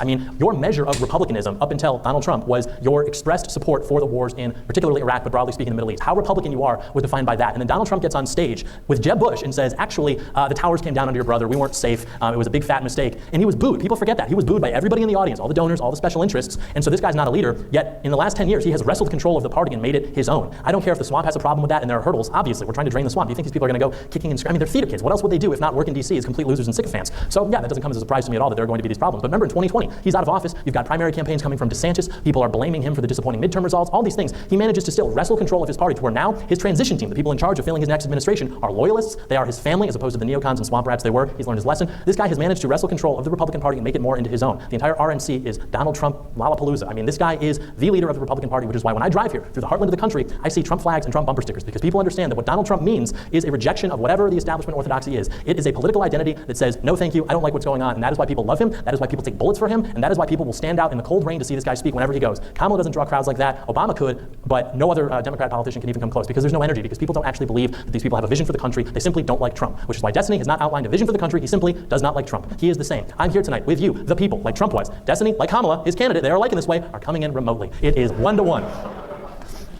Thank you very much. Stephen, you have 3 minutes to respond to John. The floor is all yours. Yeah, I want to point out a phrase that was used that is incredibly important to understand for people that are sycophantically aligned with Donald Trump, and that was the phrase loyal MAGA patriot. These people's allegiance is to Donald Trump before country. These people's allegiance is with the idea of Donald Trump and the epic name-calling before anything that was outlined in the Constitution, like our founding fathers said, or anything having to do with the way that our government runs. That's why MAGA patriots, like Biden so wisely said years ago in that horrific speech that he gave that conservatives love to obsess over with the red background, that MAGA Republicans are a threat to this country, and they are. They are exactly the type of illiberal, establishment disrespecting, absolutely no appreciation for process or rule of law people that represent one of the largest threats to this country. When you talk about every single thing that has to do with Donald Trump, all the good things, there are all these empty, worthless platitudes. Where's the legislation? There's none. If Donald Trump couldn't get legislation passed besides tax cuts with both houses of Congress, why would I ever expect him to get anything done the next time when he doesn't have both houses of Congress? And screw it, what does even having both houses of Congress mean? I should say all three houses of Congress, because in the House, the Republicans couldn't even keep their own party together. So the idea that Donald Trump is going to be some effective leader is absolutely ludicrous. And the record shows that. The record demonstrates that. You want to look at legislation under Biden, who's supposed to be an old, decrepit, and senile man, then why is it that when Donald Trump talks about China, Joe Biden signs the CHIPS Act? Why is it that when Donald Trump talks about deficit spending and cutting costs of government, Biden gets the Inflation Reduction Act passed that actually offsets government spending by raising money? Why is it that when Donald Trump makes all these empty promises, all he can do is blame? Destiny is absolutely just showing him here. But I would also just like to mention what a weird point to make about the crowd size thing and the Democrats not having any enthusiasm. I guess now we're doing I don't know if John Doyle himself has said the Soviet style joy that Kamala brings, but that's a mainstream conservative talking point. But I guess now we're going back on that. But yeah, Destiny is mentioning a lot of good points. Biden has done so many more things than Trump has, but people don't care. People don't care. Blame every single person around him. Meanwhile, Biden says that he's a leader for all of America, and he will lead all of America. And then coming up, I would expect Kamala Harris to do the exact same. You want to talk about why nobody's talking about policies. You want to make fun of the fact that Kamala Harris didn't have policies on her website for long enough. Donald Trump and the Republicans don't talk about policies. How many minutes did we make it into this debate before trans issues were brought up by the MAGA patriot on stage? And again, consult the record. You want to talk about empty witch hunts, and then you bring up Russiagate, which has turned out dozens of credible Russian indictments, which initially, I guess my friend on the stage didn't want to believe in, but now as we've gotten more indictments, we see that the Russian infiltration into our news cycle is way more extreme than any conservative is willing to admit. as we saw with the recent indictments and the statement by the FBI about the 600 or so other influencers, maybe the guy up on stage, who knows, that are also being paid off by foreign adversaries. Dude, it'd be so funny. It'd be so funny if it came out in the future that he was. We're talking about empty witch hunts. What about the fact that the Bill Clinton Monica Lewinsky thing came after 4 years of 10 Star investigations into completely unrelated matters? What about the Hillary Clinton Benghazi email scandal, which turned out exactly 0 credible indictments? What about the Biden impeachment thing that was just moved through the House from Jim Jordan that didn't even recommend impeachment at the end because they couldn't literally find anything? What about the fact that Hunter Biden has been charged with federal crimes of tax fraud and lying on a 4473 because he was caught smoking drugs in a video? Meanwhile, Roger Stone, who owed over $2 million to the IRS, is just filing a civil agreement, a settlement, and just paying it off. Every single thing the Republicans say is a projection of their own bad behavior. There was time, never specific, never policy, never piece of legislation, always a lie. Okay. And now I have a prepared question for Stephen. He'll get 5 minutes to respond, and then John likewise will get 3 minutes to respond to what Stephen said. Stephen, aside from no taxes on tips, how can Kamala help mitigate the current heavy cost of living for so many Americans trying to maintain? I feel like that's like the least consequential policy. Like, she wants to do the expand. I'm sure it doesn't mention them, but the expanded child tax credit, the building all the new homes, the down payment assistance for those new homes. Yeah. Make rent or mortgage payments. In other words, are there any sort of blanket policies that might help those who don't make tips? For me personally, I don't know if the tip thing is ever going to pass. For me personally, I think that expanding zoning is probably one of the most important things. I know that Kamala has talked about giving a large credit to first-time home buyers, which would obviously help people that haven't purchased a home before and people that aren't in real estate investing purchase a home. And I know that they've also talked about expanding things or making permanent, rather, the child tax credit for families, and people, especially with children, are some of the people that need homes the most. So ideally, that sort of federal redistribution of wealth to poor families, especially those with young children that need larger homes, are going to be able to utilize that money in order to buy more homes. These are policies that I would expect would help a little bit, but I mean, on the aggregate, housing policy is something that really needs to be dealt with at the local level, and federal subsidies or federal money back to poor people can probably only do so much. I think that it's probably more important to focus on things that increase the overall health of our economy, like inviting high-skilled or immigrants of low skill that are willing to work into this economy rather than shutting them out, increasing trade. That's very good. I'm sure John Doyle completely rejects that. Patent, our ability to export products continues to grow and increase, which grows and fosters a bigger demand for U.S. labor and U.S. technology, rather than what people like Trump and Doyle want to do, which is tariff everything, lock yourselves up and shut the world down. And having a strong foreign policy where we can protect tradeways like the Suez Canal, like Biden did to the Yemens, to the Houthis more explicitly, is important rather than running away from the world stage and giving it all over to Russia and China and hoping that they look out for our good. And I think that having a friendlier disposition towards the world, where you're willing to help your allies and be a strong leader and foster good relationships that allow for trade, for education, and for people to freely travel from one place to another, I think all would help the economy in a larger way that would help people be able to afford homes, in addition to the explicit federal policies that they set out relating to tax policy. Stephen, thank you very much. We'll kick it over to John for his 3-minute rebuttal.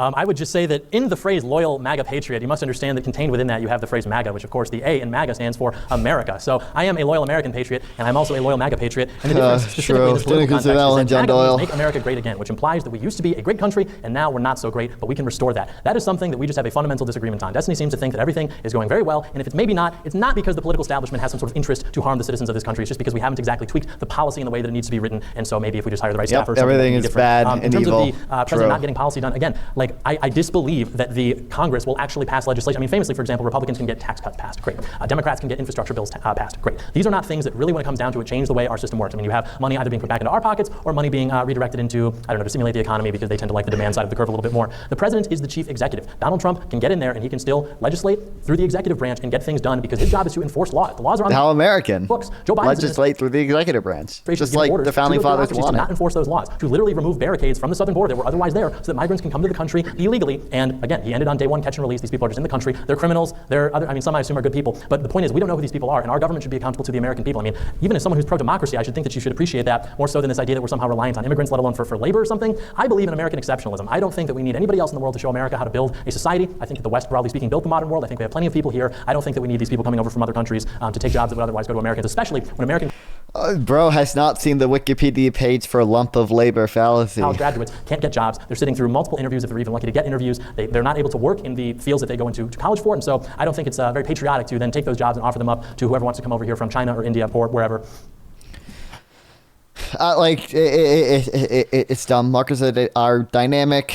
They adjust to changes in labor supply. Like, immigrants usually have positive effects, like on native born wages too. Like, usually the only negative effect is to like high school dropouts and like super low skill workers, because those are the people in most direct competition with immigrants. A lot of immigrants work jobs that most Americans are unwilling to work. A lot of immigrants work jobs in, for example, like childcare, which it actually enables people to work. Like, we have empirical data on this. in towns where they did deportations compared to towns where they didn't do deportations, there were actually more jobs in the towns that did that didn't do deportations because, like, for example, immigrants that work in childcare enable more people to work. They have their own demand, which, you know, it's demand for products. In businesses, if they leave, their demand leaves with them, and that businesses can't sell as much shit. Their added labor supply enables business expansion. Like, there's all these, like, positive benefits, but, like, he's just unbelievably retarded and won't look at any of the empirical data. He probably believes it's all manipulated. Yeah. Well, so, like, it's not, again, like, I mean, like example said, it's not it's motivated by a view of just everything is bad. I'm not going to look at the empirical data. Like, yeah. We are going to jump into the open dialogue. This is 10 minutes. Gentlemen, thank you very much. I'll let you take it from here. You know, you mentioned the CHIPS Act as an example of successful Biden legislation. Isn't it accurate that I think... I saw a clip of this, too. I've seen, like, I think this is one of the 2 clips I've seen. God, this is such a dumb talking point. No Opinion wrote a good blog post about this. Wait, that's his recommendation subs. Like, these factories can't come online yet, because it takes so many years for these factories to come online. But, like, this is about as good as the CHIPS Act could possibly be going. There aren't even that many delays. Here, there's a blog post. There's a, like, you can see, like, it immediately had a pretty big effect on manufacturing employment and manufacturing spending. You can see for a small amount of government money, we got a huge amount of private investment committed. Yeah, this is solar, too, which is mostly from the Inflation Reduction Act. You can see, yeah, growth in employment grew a lot. Most of them are on schedule. This graph is a little confusing, but, like, most of these things are on schedule. Like, he mentions delays, but, like, almost all, like, there's actually been, since like, August of so few delays compared to a lot of other, like, government projects. Like, none of that has actually come to fruition. They've had delays with plant manufacturing in Arizona. Nothing's gone on in Ohio. South Korea, I suppose, is delaying the construction in the Arizona factory. I mean, how could you say that the policy is effective because we got it through Congress, but it's not actually coming to fruition yet? And it's been, what, 2020? Oh, and also, this wasn't, I don't think this was directly in the Chips and Science Act. It might have been, actually. But, like, export controls in China have actually probably been damaging China's industry. So, like, not allowing them to have access to certain technologies that can help them with their chip manufacturing. Like, 80% of these, like, chips in China were defective. Like, they, yeah, we're not giving them access to a lot of technology that they need to make these, like, advanced chips. Which is pretty good. That seems to be working as well. Like, 22 that was passed or something? What do you think it means for something to come to fruition? I think it means you'd start to see construction in the factories. You'd start to see chips being distributed. I mean, we do say, like, we can look at it. We are seeing construction. Like, like, look at the spending. Crazy. You're telling me you don't think any large companies have allocated money towards factories? The fact that you're saying things are getting delayed already betrays the premise that you're saying that nothing has been done. The fact that there is a delay means that the process is already working. The money has already been allocated from the federal budget, meaning there are already companies that are setting up shop to take advantage of it, meaning that it's already working its way through the system in order to get those plants built. I don't know why you would say, you see how there's a delay here? Does that mean nothing is going on? Well, no, if nothing is going on, there'd be nothing to delay. There are delays, though, because of certain initiatives from the administration, such as DEI initiative, climate change initiatives, which introduce different impediments which otherwise wouldn't be there. Moreover, everything DEI initiative came from the because of Biden the energy administration? policy of your administration. I mean, again, things are getting more expensive. The country's in the toilet. Your answer to Which DEI initiative came from the Biden administration? Sorry. What did you say? What was it? Which DEI initiative came from the Biden administration that's slowing things down? The whole monster. I mean, that's like the entire. It's the way the whole thing works. Is you have to have different initiatives. I'm going to ask the same question when you're done rambling. I just want to know what one policy or initiative from the Biden administration, the DEI initiative that is affecting businesses. I'm going to ask the same thing when you do your platitudes. What's up? I didn't hear. Big I'm in person. I did not hear that. What DEI initiative? What specific policy? What specific Yes, regulation? I know. You're asking me for a source. Law? I'm not Yes. in front of my laptop. I cannot exactly. I didn't ask you for a source. Do you deny the you existence said. of those sources, though? Are you saying there is no initiative? There is no DEI initiative or climate change initiative? I'm just making that up. There are no impediments. It would be. I can't believe all of DEI came from Joe Biden. He invented it. I don't like. Oh, what's up? Bro, it's the whole monster, dude. Yeah, the It's whole the monster. thing, dude. Bro, I mean, obviously, all of I'm it, biased, but I think Destiny's winning pretty handily right now. that was so embarrassing. I mean, and he dug the grave himself. Wait. Did I spoil to you the immigrant question? I don't think so. No. I think I did. one of the questions. Oh no, was well, like, I mean, you mean the when he was like just openly racist against like the Chinese? Yes, yeah. Yeah. Just That one, yeah. he's all like, I don't think any centrist can see this and be like, oh, I'm voting Trump now, because like this lunatic is telling me everything's bad. Yeah, I know. Like, I don't It's know. wild. Destiny cleared, but Destiny is going to debate. What's his name? Owen Schroeder, whatever his name is, the Infowars guy. I don't think I know of him, but that'll be interesting. Forgot his name, but he's almost Alex Jones here in Infowars. Oh, great! That'll be so interesting to watch. I'm sure that it'll be very productive and good faith and fact based. Yeah. Yeah, but I mean, I still think Destiny could have done better in that debate, because did you get to the part where John Doyle says like he's the party that likes the Constitution? Not really. Only said so far is, well, in MAGA Patriot, the word America is in there. Therefore, I like America. Yeah. And America means No, but America it's like- first, and manufacturing everything here, and tariffs are as American as apple pie. Yeah, it's so annoying to hear everything they have to say about the economy is like, let's do the most economically evil thing, Yeah. and calling it out is unpopular. It sounds toxic to voters, and even like lefties don't help with it. Like lefties are not really pro trade. You talk to them and they're like, no, NAFTA was bad. Like, oh my I know, god, it's wild. be my ally here. Oh my god. And Destiny made a point here in this debate where I haven't even considered before. Like Trump's tariffs that he wants to do would completely blow up the trade deal that he negotiated with Canada and Yeah, that's a good Mexico. point. Like, Yeah. I didn't Yeah. even consider that before. But yeah, he's totally just going back on that fucking deal that he made, that he insisted on making. Like, Yep. No, and I mean, yeah, I don't know. It's so dumb. It's so crazy to think. I don't know. How can anyone support Trump? It's beyond me. I don't know. You have to either be a single issue voter, JD Vance Or, did pretty like- well. I don't which like. is evil, by the way. I think JD Vance's Or, like, arguments I don't know. aren't actually sound, Schizophrenic. but I don't know. he did really well presenting them. I don't know. Yeah, well. Yeah, I don't know. Yeah. Yeah, I was surprised. You He see like. that Iran bombed Israel? I mean, they've been doing it, haven't they? Did they just do it again recently? Or? Oh no, it happened 12 hours ago. Yeah, I saw that. I know. I'm just you brought it up before to me, and I was like, I lived that. I was there. Yeah, I know. Yeah, I know got if you've bombed. heard. Yeah, dude. Little Yeah. It's so crazy too, because the only guy they managed to kill was a Palestinian from I the West know. Bank. Yeah. Did you see the video of him getting killed? It was crazy. It's so scary. No, I didn't see it. No, Oh my god. I don't think I can watch You it. on just see him stream, but I like can walking watch it down the after. street. Yeah, don't watch it on stream. Do not. But it's just him walking down the street. Just standing there, and then all of a sudden, like this huge ass piece of metal falls from the sky and just crushes him, and he dies immediately. It's crazy. Yeah. I mean, I guess it's like a painless death, which is better instead of like it hitting him and then like I don't know, cutting off his body and then he has to like suffer through that. That's sad. That makes me really sad. Yeah. But yeah, I don't know. Well, Iran sucks, dude. Iran. Don't be. I remember how I told you don't join Hezbollah. don't go They're to saying Iran. do not. Yeah, do not support the Ayatollah. Do not. Yeah. Just pro tip, okay?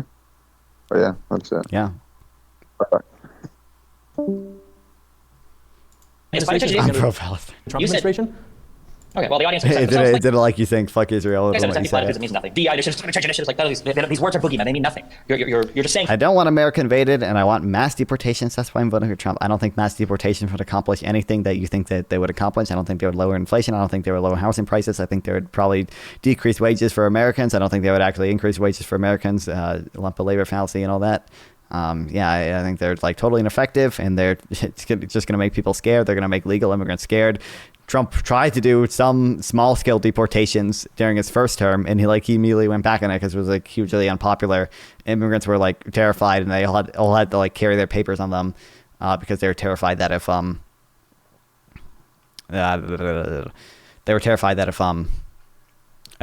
they were stopped by ICE, they wouldn't be able to prove they were a citizen, and it was just miserable. Things that are supposed to be spooky and scary. Again, do you deny the existence of those? Just because I can't name specifically, those just don't exist. There's no DEI initiative, there's no climate change initiative. It's all just nonsense. When you say climate change initiative, I mean, climate change was a big part of the infrastructure bill. There's a lot of money that was allocated for certain types of infrastructure renewals that tended to favor, but are these bad? Are you saying that is this what you were referring to? Were you referring to the infrastructure bill when you said climate change initiatives? What DEI initiatives were you referring to? I don't know what you're talking about. Right. It's a boogeyman. When you're doing something like constructing factories to build microprocessors, if there are initiatives in place that you have to go through, such as dealing with making sure everything is environmentally friendly and green, whatever that, and that's why even Biden said on the hot mic that this was just their version of the Green New Deal. We got it done because it was environmentally oriented in the construction of those factories. That is to what I am referring, and that definitely is a real thing. I'm sorry, so the alternative is we should be making new factories that aren't environmentally friendly? Is that what you're seriously arguing for? That's not what I mean. That's obviously not what I mean. I'm simply saying that there are initiatives which exist under this administration which will not exist Oh my in other God. administrations, which could be why, in response to everything that's happened in this country, your big success is, well, we at least got the microprocessors underway. And it's like, okay, well, we have 15,000 convicted murderers now who are in the country through the southern border because your president... It's just not true either. He's making that number that number, I think, A, includes people that are in prison, and B, includes people that come in over the last 40 years, not just like under Biden or anything. But that being said, toward people who control Trump, he knows the audience. Enable these people to now just... These last kid full of America outside your echo chamber, mass deportations or war. You're citing that, right? That 50, first of all, I think the number is 14,000. Who? What? Mass deportations or war with who? War with the immigrants? We're gonna have a civil war against the immigrants? What? And that is with the totality of non-citizens that are in the country that have committed a violent crime. They didn't all come in the 4 years that are Biden. You're making that up. You can Google 14,000 homicides or 14,000 violent crime and look at that number. They pretend that they all came in. Also, when they all came into the southern border, where the federal government, by the way, has exclusive purview to do immigration policy. That's where they all came in from. How would you even know that? Are they just watching them come in and writing them down in a notebook? And then, even the premise of this again is ridiculous. It's all like boogeyman bullshit. You care about the border so much. Why are you happy that Trump blocked the bill? Well, because again, that immigration bill was not actually addressing things substantively. They were trying to score political points because Americans are expressing anxiety about immigration, which is to say they're unhappy with the way that the Biden administration has handled it. Because again, on day one, you have to tell me, why did he stop doing the things that Trump had? Why did he halt the construction of the border wall? Why did he end Remain in Mexico? Why did he do things that would make it easier for people to come in through, yes, the southern border into our country? What benefit does that serve to American citizens? There was no border wall under Trump. It just never happened. Nothing in Congress ever got done in regards to a border wall. So everything you're saying about I think there were like 52 miles of wall built, and it's not even very effective. Like the border wall is controversial for a reason. It's just not like a very effective way of doing border policy. I have it right here because we already had a border. I think in some places we had fence, and in some places we had wall. We already had like wall over most of the areas that people would come through. The high cost and diminishing returns of a border wall. That's not true. He was building that border bill. When you say the border bill was political points, killing the border bill 650 miles of border fence already existed in 2017. Was political points, definitionally so. Donald Trump killed it to win politically. But to say that the bill was bad because it didn't address anything substantively, what's lacking in substance for more funding for asylum processes? Yeah, I mean, border walls are expensive to build and expensive to maintain. They also have negative environmental effects, and they probably don't even reduce immigration that much. What's lacking in substance for allocating more illegal judges immigration to process immigrants? What's lacking in substance? Why did the Border Patrol support this bill? What's lacking in substance to staffing the border with more agents to defend our border? Which of these things are lacking in substance? I think, because if you are bringing more judges in to process these cases, that does not mean that the cases are going to go in a way that I would like. That just means these people are going to more easily be able to enter into the country. It's not as though if you had more judges and more resources, it would somehow be better able to secure itself as a southern border. They would simply be allowed to, in greater number and with more expediency, waltz into the country and disappear into God knows where.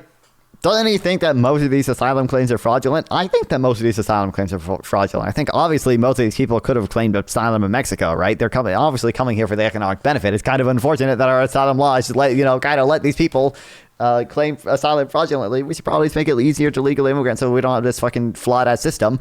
But the Democrats are the only ones that even want to address the actual asylum laws that are the issue here. I haven't seen Trump say anything about the asylum laws that are the issue here. It's all Trump wants to do is build a wall that's already fucking, it's already built. Well, he could support all immigrants and no brown people allowed. Yeah, I know. It's the goal of the judges is to just rubber stamp everybody coming in. Then why would Biden need to hire more judges at all? Wouldn't every single asylum judge just say, "Oh, you're in, oh, you're in, oh, you're in"? No, do you not want to process them? How about you just say what you actually want? You want to shut down all immigration. Just say that. You don't want any immigrants coming in. Just say that. Be honest. Yeah, I've said that for 5 years. That is exactly my point. Okay, then don't say the. Yeah, That's an insane policy. No immigrants coming in at all. Just let the U.S. decline. We don't need a functioning economy. So true, dude. Border bill lacks substance. Just say you disagree with it because you're opposed to immigration. Also, when you say American exceptionalism, what do you believe in? Do you believe in American exceptionalism or British exceptionalism? Because I don't understand what you mean when you say American exceptionalism and then you're anti-immigration. Like, where do you think Americans come from? They come from other countries, right? Unless you live on a Native American reservation and you want to see the expansion of their territory. When America was becoming America, immigration was coming from a different part of the world. I think a part of the world that was approximately the size of Florida. Now we are getting people from, we'll say, places that are maybe a little bit less compatible. And I don't think that they're assimilating very well. And I think that pretty much any metric by which you choose to evaluate that would vindicate the truth of that. And so when I say America, I don't think that's true. I think it's like literally, it's like over like 90% of like second generation immigrants like know English, like have been to like U.S. public schools. It seems like the immigrants assimilate pretty well. And also, I think if we had better immigration policy, there wouldn't even be as big of a need for immigrants to assimilate. We used to have, because there'd be a better revolving door of immigrants who would come here, work for a little bit to, get money, and then probably move back to their family in Mexico to retire. I mean, obviously there are Americans who didn't immigrate here. What do you mean? The Native Americans? That like Destiny mentioned? Immigration. I don't mean America doesn't need people from Japan or people from Northwest Europe. I mean America probably doesn't need Haitians. That's specifically what I mean. Agree. Sure. And I think that there's a large point of agreement there. I do think that there are a lot of immigrants that have trouble assimilating to society today. But that's because half of the society that you want them to assimilate to possess no American values. And by that, I mean the Conservative Party. I expected to see Spanish people, Haitian people. Also, the data shows that like even like the Haitian immigrants in, I don't know if there's one about specifically Haitian immigrants in Springfield, but like the data shows even like a lot of immigrants who move to communities like Springfield, like end up assimilating pretty well within a few years. Like British colonists, you realize British colonists were immigrants, right? They were from Britain and they moved here. They were not in America originally. Whoever marching on the Capitol or marching to tear down this country, and that's not what I've seen. I've seen conservatives that are destructive to the country in every single way. You don't believe. Pretty sure they created the country. Yeah, the country wasn't here before. They were immigrants.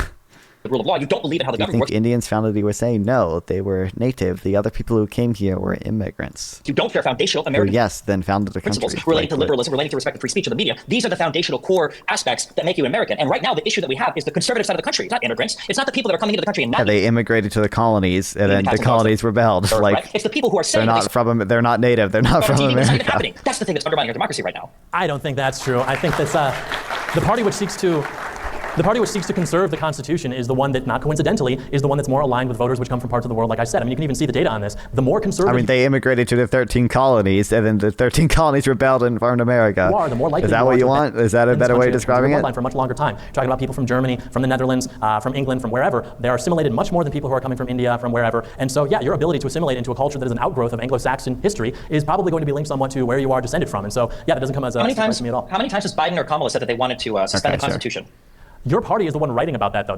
Obviously, I don't expect like Dark Brandon. Obviously, I don't expect Dark Brandon to come out as the commander-in-chief and be like, "We're going to suspend the Constitution." But there are people still in the New Yorker that just wrote a piece. This guy's been writing for the New Yorker for 30 years. The New Yorker isn't Biden or Kamala Harris. The point is, the sentiment is coming from your side. The answer was Biden and Kamala have never said that. How many times on Truth Social has Donald Trump said that he would suspend the Constitution? And you have the audacity to say that the Republicans right now are the ones who care about rule of law. Yes. You yourself are talking about undermining the entire structure of the government by having legislation from the executive. The executive legislates. You do things with the executive. That's not part of the American understanding of how our government is supposed to work. And you're talking about a guy who said he wants to suspend the Constitution. What part of this is American? It's in the Constitution. I mean, Lincoln did it. FDR did it. You can certainly wield the power of the executive branch in accordance with the Constitution. The point being, I don't expect the leader of the party, be that Biden or Kamala, to get on stage and say the quiet part out loud, so to speak. But their Department of Justice still is going after patriots. They are still allowed to, in their media, write about how we should throw the Constitution out, as they just did in the New Yorker, a very prestigious publication, because the Constitution obviously can't stop somebody like Donald Trump, who is obviously such a horrible person. Therefore, we need to burn the Constitution, which apparently you are suddenly so in favor of, if it means that we can stop Donald Trump. I mean, they've said that he's a threat to democracy for like 4 or 5 years now. He was in office, and that's not what ended up happening. He left that is office. What ended up happening. He tried to prevent the peaceful transfer of power by trying to defrost 7 states. That is exactly what happened, and then he failed, and he lost, and eventually he got kicked the fuck out. Right, when you say the DOJ is going after patriots, do you acknowledge that Donald Trump called Fox News and said, why isn't the DOJ indicting these people, that the DOJ needs to go after these people? Do you acknowledge that Donald Trump has tried to give direction to his DOJ in a way that you wish Biden was ever on record doing? Do you acknowledge that Donald Trump has given direct direction to the Department of Justice to go after political adversaries? Do you acknowledge that's reality?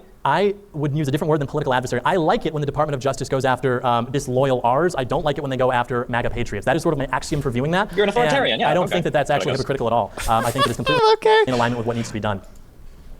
Okay. I mean, You're like, at least he basically bites that bullet, dude. right? Yeah. Nothing about you is compatible with this country. If any sane immigration policy was ever created to try to keep people away from this country that were antithetical to the idea of the American project, you would be at the top of the list in never being allowed here. Because what you believe in, what you want, is something that's more akin to the leadership structure of all the countries that you criticize. For some reason, you fall into the trap of thinking authoritarian dictatorships are good when I like the authoritarian dictator. But it's such an unbelievable position to sit here and say that the president of the United States should be allowed to direct the DOJ as long as he's going after the people that I think are really bad. Like, what an insane position to try to unironically defend while also pretending to be an American. It's insane to me. I don't think it's insane at all. I think it's what's happening right now under this administration. A really pithy response, John, and then we've got to wrap Every up. Immigration Act up until the Hart-Celler Act in 1965, which was described as the greatest gift from the Kennedys to the Democrat Party, took into account the founding demographics, the American demographics of this country. The reason now, if you express attitudes that are antithetical to immigration, I mean, he did basically. What's funny though is he did basically like bite that bullet of like, yeah, you know, I'm okay with weaponizing the DOJ if it's against people I don't like. This country is not the same as it used to be. We've had 60 million people come to this country since 1965. We are now at record highs for a percentage of our overall population, which is foreign-born. The people here are not Americans. So yeah, it doesn't surprise me when a guy comes out and says, hey, we should probably take it easy on immigration. I don't know if these people are compatible with American culture, that these people who are now enfranchised, as if they're equal to Americans, are going to push back against that. It doesn't surprise me at all. This is a good opportunity to jump into the Q&A as we're already over for the open dialogue portion. So the way that the Q&A it's all Q&A. will work, folks, is in this middle aisle here, if you want to come up, it's really important that you stand on this first tape line right here. And then it's also important that if you want to give a setup for your question, like 1 or 2 sentences, that's okay, but it really has to be 1 or 2 sentences, and I even have to be kind of pushy about that, and I even have to hold the mic just to be short. So, floor is all yours with the first question. Hi, John. This is my question for you. I have a couple friends on both sides of the aisle. One of them is we can vote with the right people into power, with the right people in state, local, and federal levels. If we do that, we'll be able to take our country back. The other side says, no, we got to crash and burn this thing. We got to start over from scratch. So my question for you is, at what point is it too late? Well, certainly not now. There is this mindset that I think is very tempting to especially young men, because we sort of like to, like for example, you probably have a relationship with drywall, right? It's like you sort of get mad and you just want, that I think can translate politically as well. It can sort of map where it's like, I'm very frustrated with the way things are going. What if everything just collapsed? It does not make it easier to win when you start losing worse. There are plenty of countries you can look to right now. South Africa, I guess, would maybe be the most obvious example, where things get worse for them politically, and I mean, they're having blackouts, they're having riots, but still things are more or less functioning. Total collapse is not something I think that we should aspire to. I think that the solution is much longer. It requires a lot more work, and it requires a lot of patience, and sort of I don't know if I like the implications of him using South Africa as an example. If we lose, somehow people will wake up and then we can win. I don't think that's true at all. I mean, look at how things are now. The idea that there's like some sleeper cell remnant of patriots who aren't quite getting what's going on now, who once things reach a certain point, they will wake up and then we can finally take the country back. I don't think that's true. I think there are opportunities right now. And the best thing you can do other than get involved locally, which you'd be surprised at how successful you can be with that, is to cast a vote for Donald J. Trump in November. So I think there is political solution here. They're doing and I think the evidence of that is how much opposition this guy has faced. I mean, if things were really going to continue into our managed decline into a third world nation, then we'd be struggling to get excited about the Bush-Haley ticket right now. But we have Donald Trump, and they tried to stop Trump. By the grace of God, a gust of wind saved Donald Trump, and the Gulf incident just a few weeks ago. So I think that there's a very real threat that he poses to whatever it is that's going on in this country, which everyone seems to recognize on an intuitive level, but maybe we don't want to get into specifics of when it comes to, I guess, more polarizing political issues or what have you. But I think it's real, and I think there is a way to make America great again by supporting him. Hi, thank you both for being here.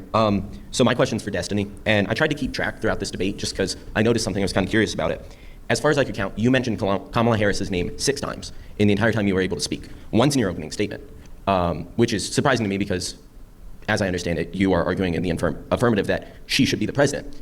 If it was the nature of this debate or something that led you not to be able to argue because of that, and you were more so arguing against Trump, I want to open this up to you to ask why it's a binary Kamala? choice, I know why so not Trump, why you're saying that, but why vote for Kamala? Because I don't think you've really made that argument. The honest argument is we live in a two-party system right now, and at the end of the day, you're either going to vote for Trump or you're going to vote for Kamala Harris.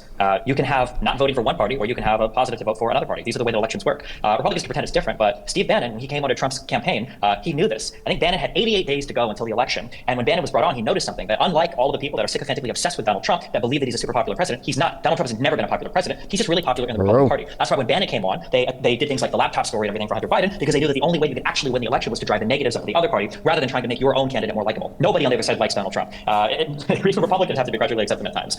I wish that there was more conversation about policy in the United States. To be totally honest, Kamala Harris probably sits either quite a bit or a little bit to the left of me when it comes to economic policy, but Republicans have decided that we're not going to have policy conversations in this country. When Donald Trump won't say what he To be fair, the J.D. Vance Tim Walz conversation today, the vice presidential debate, did focus, I think, mostly on policy for the most part. There wasn't much culture war stuff.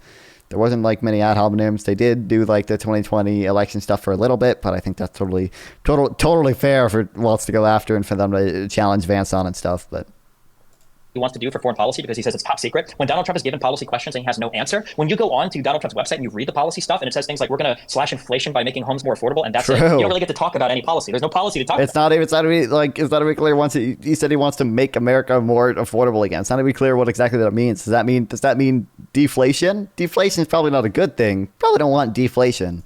I wish we could have more policy debate, more policy conversation, but I basically just look at the 4 years under Biden. I look at what the policy was there, and I'd say it's probably going to be similar to Harris that I compared to the 4 years under Trump, which I think were catastrophic and pushed this nation to the edge. And I'd say I probably don't want to repeat that. And broadly speaking, I think that's why I support Kamala Harris as president. Hey, my question is for John. I also just really quickly wanted to say that, like, as a theater kid, I'm very offended and triggered and woke by your comments. But I will also say you probably should try theater. I think you'd really do well on stage. My question's just, I go out canvassing a lot and I talk to a lot of black people, and a lot of them feel like they're not being represented by the Democratic Party too much. So could you try to sell me on why Republicans are good for black people?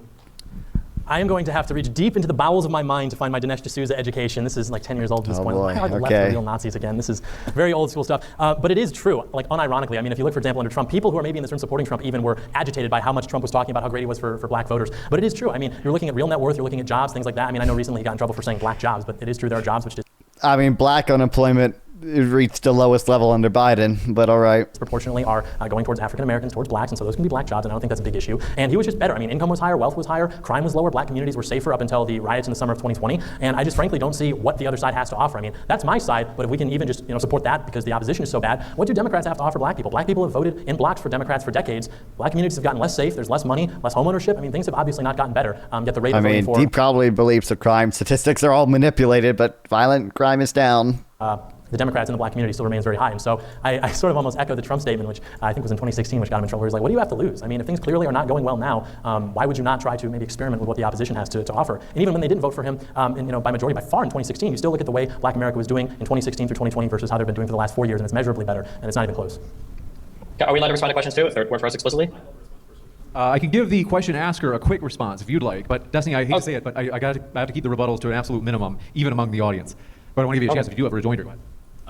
Not quite convinced yet, but I'll look into what you're saying. I think that there's a lot of hesitancy among minorities to support Republicans because there is a very sophisticated media apparatus which goes to convince everybody that racism is like very prevalent on the Republican side. Therefore, if we vote for racism, we're going to have that come back to bite us. But I mean, I don't see the fruits of that anywhere. I've never seen anything like a policy, for example, which can demonstrate the viability of that. So. Oh, you're so. But remember, audience guy, whatever you sound like, if you're a black person, answer the question, right? He wants to see less of your kind of people in this country. When John Doyle is answering this question, if somebody shows the border looking like you, he doesn't want people that look like you to come to this country. Just as a heads up. That's not true because when I referenced the immigration policy, black Americans were already here. I'm talking about Indians and Chinese and all these other people. So. I have to move us to the next by the way, I love nobody. I'm do literally a black person expert, which my audience will know. Nobody has more love and respect for black America than myself. Just to keep this in the Q&A.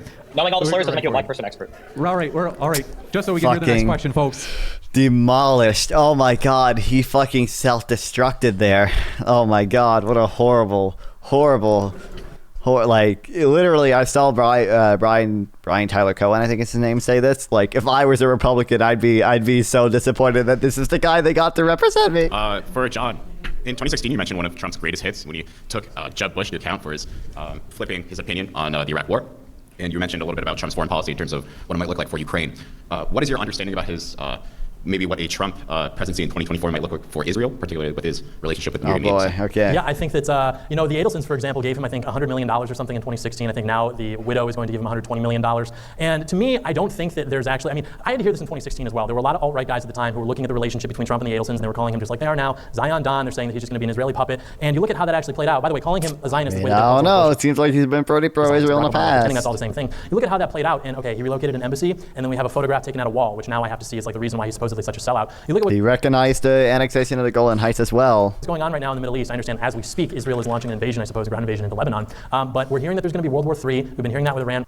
There's so many. His peace plan, his two-state solution was very favorable to the Israelis. What's up, Jay? Welcome back to UW0. Love this debate. Yeah, it's been pretty funny so far. I mean, the debate's done. It was Q&A now, but yeah. Forever. It's never metastasized. I don't think that it will. Destiny owns this guy. Absolutely. And I don't think that Trump... He embarrassed himself on... not Destiny, that John Doyle embarrassed himself multiple times, and Destiny also had so many great points against him on some things, yeah. Hold into these interests the way that people... Yeah, I mean, like, Biden's been kind of relatively tough in Israel for a U.S. president. Obviously, it's not as tough as many people would like. But, yeah, like so many... Oh, yeah, they relaxed their rules of engagement. I forgot he did that. Like, Trump did like a fucking ton of drone strikes. Wait till the dude comes up and screams about watching the corner. Like to think that he is. I think Trump looks at everything through the lens of the art of the deal. And if people are willing to give him $100 million instead of the other guy, he's willing to say, yeah, and what leverage do they really have? I mean, okay, give them the money now. If you would spill a drop of American blood, we will spill a gallon of yours. I will cancel the student visas of Hamas sympathizers on college campuses. The college campuses are being taken over. What, Israel wants sovereignty over the West Bank? How does that affect me as an American patriot? I mean, you can say maybe it'll escalate tensions in the Middle East. As Destiny mentioned, we killed like their top guy and they didn't do anything. They rose the flag. They said, we're going to get you, America. They didn't do anything. So frankly, I'm not worried about it. And yeah, if they want to write Trump a check for $100 million to make it easier for him to get elected, I don't see the obvious downsides to that, which weren't iterated in 2016 as like guarantees things were going to happen. So I just don't think it's an issue, to be honest. And by the way, I have thought about that quite a lot online. I put my reputation behind that. If Trump ends up going to war with the Middle East on behalf of Israel, I'll be the first one to get up and say, I was wrong. But I noticed the people who were doing the opposite, saying that Trump is totally a slave to the Israel lobby, they kept their mouths shut. And didn't his own military generals like get fucking pissed at him about the Soleimani assassination? I think about other things too, because they literally like warned him that he's on track to fucking start a war with Iran. Apologize for saying those things about the man who's now taking a bullet for them. So I will put my reputation behind that, but I noticed that Trump's detractors will not do the same. Just to be clear, Trump didn't take the bullet. He passed it off to the dude behind him. So I don't know where this. Which you joked about, by the way. You thought that was like the funniest thing ever. This guy cares so much about democratic institutions. Yeah, Mark Milley.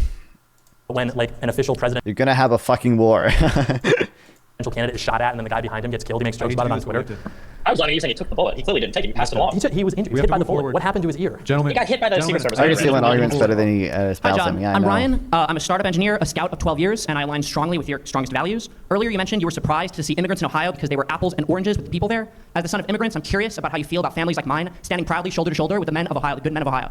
I have no issue with immigrants. If Destiny will put me to a position where he's like, John Doyle wants no immigration, I'm going to be like, so true. But it's not so much immigration that's the issue, it's where the immigrants are coming from. And do you mind if I ask where your family's from? Yeah, so no, I mean, tell me your position before he answers. When did you ever start about coming here?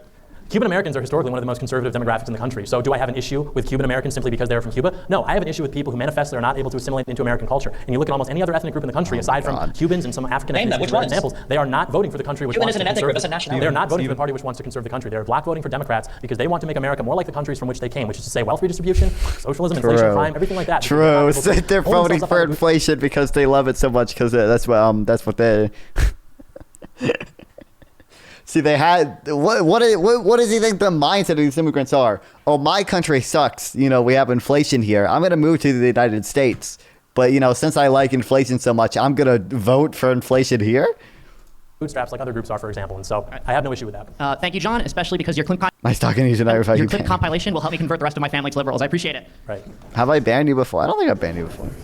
So we've seen quite an escalation in the Middle East with Israel attacking Hezbollah. How does either candidate plan to try to stop Israel from dragging us into World War III with Iran, either through stopping supporting arms deals to Israel, or just actually having a ceasefire deal that Netanyahu's not just going to reject after Hamas or Hezbollah accepts it?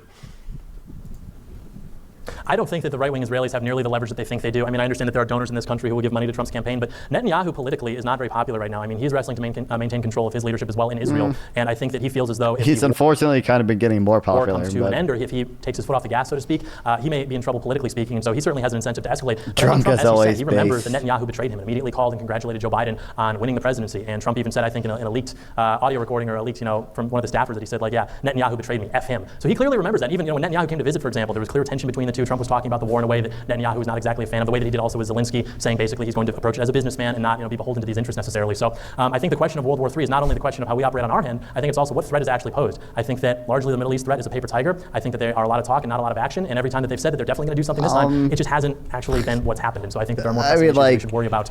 Filmed one day before Iran started bombing Israel. I mean, a lot of them were shot down or whatever. But I mean, clearly tensions are getting to a not ideal point as when it comes to the potential for a full-blown actual regional war, not just some playful little missiles domestically. And yeah, I simply don't think that Trump views his job as commander-in-chief to be beholden to foreign interests. I think that again in 2016 through 2020 when he was in office, he really didn't do that so much with the Israelis besides moving an embassy, taking a photo at a wall, but he wasn't in there like George Bush, for example, willing to put boots on the ground to destabilize the Middle East. He repudiated that and he took control of the party and realigned the position so that we all have put boots on the ground to destabilize the Middle East. That was his intention.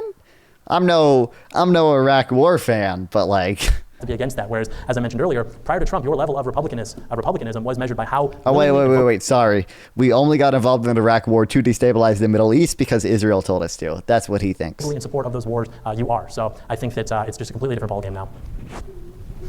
Destiny, do you have an answer to the question?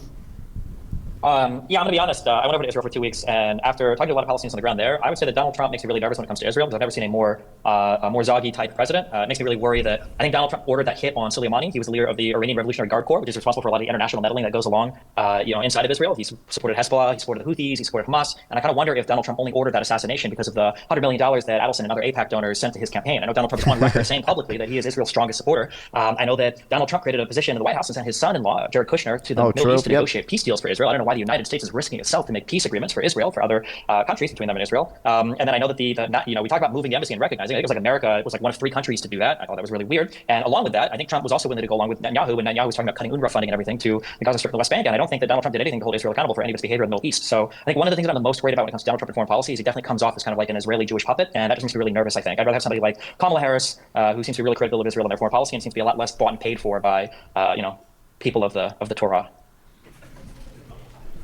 All right, this question's for John. All right, this question's for John. Yeah, I'm remembering Kamala's called for a ceasefire multiple times at this point. So. Then you said something earlier on in the debate. Could you repeat the number you said of how much of Joe Biden and Kamala's cabinet has stepped down so far? Kamala Harris had like a turnover rate for her staff. It was 92%, I believe. 92%. Now, that was for Kamala or the Biden administration? The one running for president. So the Biden administration? No, for Kamala Harris specifically, because we're talking about whether she has leadership capabilities. Her staff, her vice presidential staff, had a 92% turnover rate. Okay. And when you compare that to a 98% turnover rate for Donald Trump, including 13 members of the cabinet, what do you have to say about that? Again, it's a completely different assignment. Donald Trump is. Okay. Wait. Hold on. Yeah. You can't just say, oh, it's different. I do want to give him a chance to answer. It absolutely is. What a Democrat administration is looking to do is different from what a nationalist administration is looking to do. If you're looking to hire from the swamp to fill a nationalist administration, it's going to be a lot more difficult to do that. You're going to be working with politicians who are completely misaligned with that agenda, and they're not going to want to have a reputation. They have no standards for Trump, is what it is. Literally no standards for Trump. They will do anything to justify any action or anything bad Trump did, because they have zero standards. They just want to suck him off, suck his dick no matter what. Joe Biden, everything she wants to do is more or less an extension of the same political orthodoxies we've had in this country for 60 years. True. Based dark so Brandon. To me, looking at the situation, I don't understand why anybody would want to not get to say, I work for Vice President Harris, other than she's simply like a completely unlikable person, which makes sense too, because you hear leaks about her breaking down. She's always drunk. She has to LARP these dinners prior to meeting with diplomats because she's a wreck. She's like always on Adderall. She seems to be a complete mess. And so yeah, I don't view it the same way. I would challenge you to not view it as simply, oh, Democrats this, but Republicans this. I think there's more at play going on. I think there's another axiom for how we have to view our political establishment, which is simply the establishment versus the patriots versus nationalists. People who want to put America first, versus people who want to basically manage the decline of our country until everybody else in the world gets to pick at the bones of our civilization. And then just real quick, the establishment is not the New York City billionaire, right? Sorry? So the New York City billionaire isn't part of the establishment? I don't think the establishment is necessarily that's what I thought. Geographic, It doesn't have to be. It's, what do they call it? The cathedral, right? So. We talking about Kamala Harris' staff turnover? What staff are we talking about here?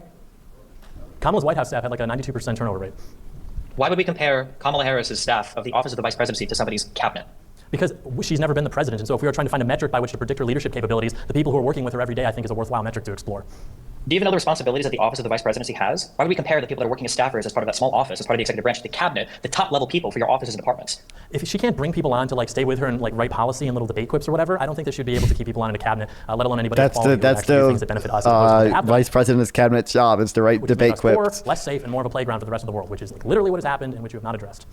So if Donald Trump can't maintain his personal relationships with lawyers or his staff, and he's losing all of his businesses, and he wasn't able to maintain his cabinet, what faith do we have that Donald Trump can hold on to cabinet members of the future? Give you a chance to respond, John, and then we got to go to the next question. Because I am aware of what is happening mechanically with Trump's next administration, and that inspires confidence. It's a non-answer. It doesn't mean anything. We'll go to the next question. John, I wanted to confirm before I ask, are you Catholic? Yes. So you talk a lot about assimilation. People from the wrong countries can't really come here to assimilate into our culture. Sure. But Catholics were widely rejected for a long time, so I was wondering how you kind of justify those two things. Yeah, I mean, I'm a Haitians Catholic. are also mostly Catholic, by the way. I don't necessarily mean or think that means that we have to open the world to anybody So are who's Catholic. Mexicans. Haiti, for example, like you mentioning, is 52% Catholic. That's more than twice as Catholic as America is. I think that the biggest challenge to Christian anthropology is that a lot of people who claim to be Christians or to be Catholics are not viewing that in the same way that European Christians view it. And so I don't think it's enough to say these people can come into the country because they are Catholic, unlike a lot of people in Latin America, for example, because if you look at how they vote, how they express their religious values politically, they are still voting overwhelmingly for Democrats, which are a party that literally celebrates the repudiation of those values. I mean, at the DNC, they had a truck that was giving out circumcisions and birth control and all sorts of things like that, which if you're Catholic, I mean, you cannot support that in any capacity. But for some reason, these demographics, which are coming here from these countries which are supposedly so Catholic, are more in alignment with the Democrat Party than they are with the Republican Party. I think it's something like 51% of white Catholics are supporting Trump, 61% of Hispanic Catholics are supporting Harris. Someone's wrong there. Someone is directionally incorrect there. And so I don't view it to say, you can't come into the country because it's just, I see it for what it is. It's not necessarily a religious thing, I don't think. It's more of how that actually manifests with what we see and what's going on. And I think there have been plenty of posts and things to express similar sentiments to my own. Wait, hold on. If Catholicism is the important part here, wouldn't the Pope being pro-immigrant, the Pope who's made statements saying that we need to accept migrants more, wouldn't this be something as a Catholic that's probably the most important thing for you to accept in your life as well? No, I mean, if you want me to post-explain, we can post-explain, but I don't think that's true. Okay, that's fine. You're going to post statements, right? Because the Pope is the head of the Catholic Church, and if you want to betray, if you want to fight against any statements on morality or faith, which the Pope in the Catholic teachings has infallibility when he speaks on matters of faith, right? You know this, yes, faith or morality. How can you possibly call yourself a Catholic? Because the Pope will say one day that we should, not turn away the poor and we should take care of them, and he will say other days countries can have borders, they can enforce immigration policies. It simply depends on which statement of his you want to take, depending upon which day. So I don't think that my view on immigration is misaligned with the church teaching. Okay, awesome, dude. That's pretty heretical to me. I don't know. I don't know any. I don't know of any of the statements the Pope made on immigration. Starting with, So like, I don't Catholics know. that are already here, I renouncing don't know their if he's really flip flop become like more that. Protestant America that was founded. You talked about going back to America's roots. Yeah. So renouncing Catholics that are already here, renouncing their faith. I don't renounce Catholics who are here. Okay. If that's, yeah. First of all, thanks guys for deciding to hold this debate at the very best of the Big Ten campuses. My question is addressed to both of you. Given the significant conflicts happening across the globe, foreign policy wonks are worried that China is going to inevitably invade Taiwan. And if this does end up happening, what makes your respective candidates best equipped to handle this conflict? I went first. I thought that we were going to segue on. Tell me what to do. We'll start with John. I'm part of the I debate simply tonight. don't We think start that Trump's recording in office, on the that's 2016 type debates again. 16%. Yeah, the debate tonight was actually really good. That it does now when Biden's in office. In terms of like not being about culture war stuff, in terms of being relatively nice to each other, like that there have been foreign policy failures under the Biden administration, which essentially put up a flag letting other countries know that we are in a state of relative weakness and they can act more in accordance with their interests because they don't have to worry about America stepping up to the plate to defend their allies the way that they would under a Trump administration, for example. I mean, look what's going on in Israel, look what's going on between Ukraine and Russia. I mean, you could see something maybe pop off, probably not within this timeline because we're like, what, a month out from the election, but I don't think that China would try to do something like that under a Trump presidency. I just simply don't. I mean, if you look at the foreign policy disposition of this country right now, I think that somebody like Donald Trump is your greatest hope if you were China. Donald Trump has no ability to mobilize the United States to have any kind of coherent foreign policy vision because I think Donald Trump lacks an overall vision for America. I think when you look at the broad picture between Harris and Trump, and I was thinking, I feel like Biden's been like relatively tough on China. Like he negotiated with like the Philippines to put a military base there for the first time. Although the Philippines still like is not completely U.S. aligned or anything. It still, I think it still has Chinese ties or whatever as well. It's kind of in the middle, but and then I'm pretty sure he negotiated with Vietnam as well for like security arrangements. I feel like in the Pacific region, he's done a lot of like coalition building, anti-China stuff. Exactly. So. This is something conservatives on this debate. On an abstract level, the problem with Trump is that he doesn't really have a vision for the United States because he has no understanding of history, he has no understanding of geopolitics, he has no understanding of the larger structures at play, meaning he doesn't know why America is the foreign policy leader or where American hegemonic dominance comes from. He doesn't know what NATO is or what it's for. He thinks there's probably a NATO army that everybody pays money towards that America was getting ripped off for. That's the extent he knows about it. And Donald Trump doesn't see where America fits in internationally. Yeah, Philippines says it won't give U.S. access to more local military bases. I'm pretty sure for the first time under Biden's term, we got military bases. But I think the Biden administration is strengthening the ARCA security alliances, a reason to better counter China, a move that dovetails with Philippine efforts to shore up its external defense, especially in the South China Sea. Marco, this is the Prime Minister or President of the Philippines. Decision last year alarmed China because of the two new sites that were located just across from Taiwan and southern China. Beijing accused the Philippines of providing American forces with the staging ground. Philippines has no plan to create any more bases or give access to any more bases, Marco said, without elaborating in response to a question. Yeah. Under Marcos, the Philippines adopted a strategy of publicizing the incidents, allowing journalists to board its patrol ships, crucial for the media to see. China blamed Philippines for its barking tensions, yeah. Into the world order, that America should be maintaining peace and stability across especially Europe, if not other parts of the world. So when Donald Trump comes into office... Likely harasser restricted. Awesome. Tim Walz got bodied by Chad Couchfucker JD Vance. Harris Bros on suicide watch right now. Facts, by the way. Don't try to argue with me. Good one. Likely harasser restricted. Oh, well, under Donald Trump, these things would never happen. Which things? Because Bashar al-Assad continued to gas his citizens. That's why Trump bombed the airport. Iran attacked Saudi Arabia. That's why Trump went after Soleimani. Russia remained in Crimea. They didn't retreat all there. They continued to fund the civil war in the Donbass. Thanks for the follow. Likely harasser. Under Donald Trump, it's just nonsense. It just shows that you either don't know history, you don't know the history of 2016 to 2020, or you're well, more likely you're being malicious and you're just lying and trying to present something in a disingenuous way to try to run away from all of Trump's failures. I would much rather have somebody with a coherent vision for where America sits at in the world, and I think everybody else would fear and respect this more, rather than Donald Trump that comes off like a schizophrenic chihuahua who is only nice to people that pet him last. All right, thank you. So my question is for Stephen and maybe John as well, because I hope he'd be against foreign interference. Given recent controversy around certain figures on the right, like Tim Pool, Benny Johnson, and possibly more to soon be uncovered receiving Russian money for their coverage, I wanted to ask, are there any... Hey, dumbass, Destiny already talked to 2 times speed. This is just incomprehensible to listen to. I'm sorry, my brain works so much faster than reforms yours. you would support to stem anti-American influence, foreign or otherwise?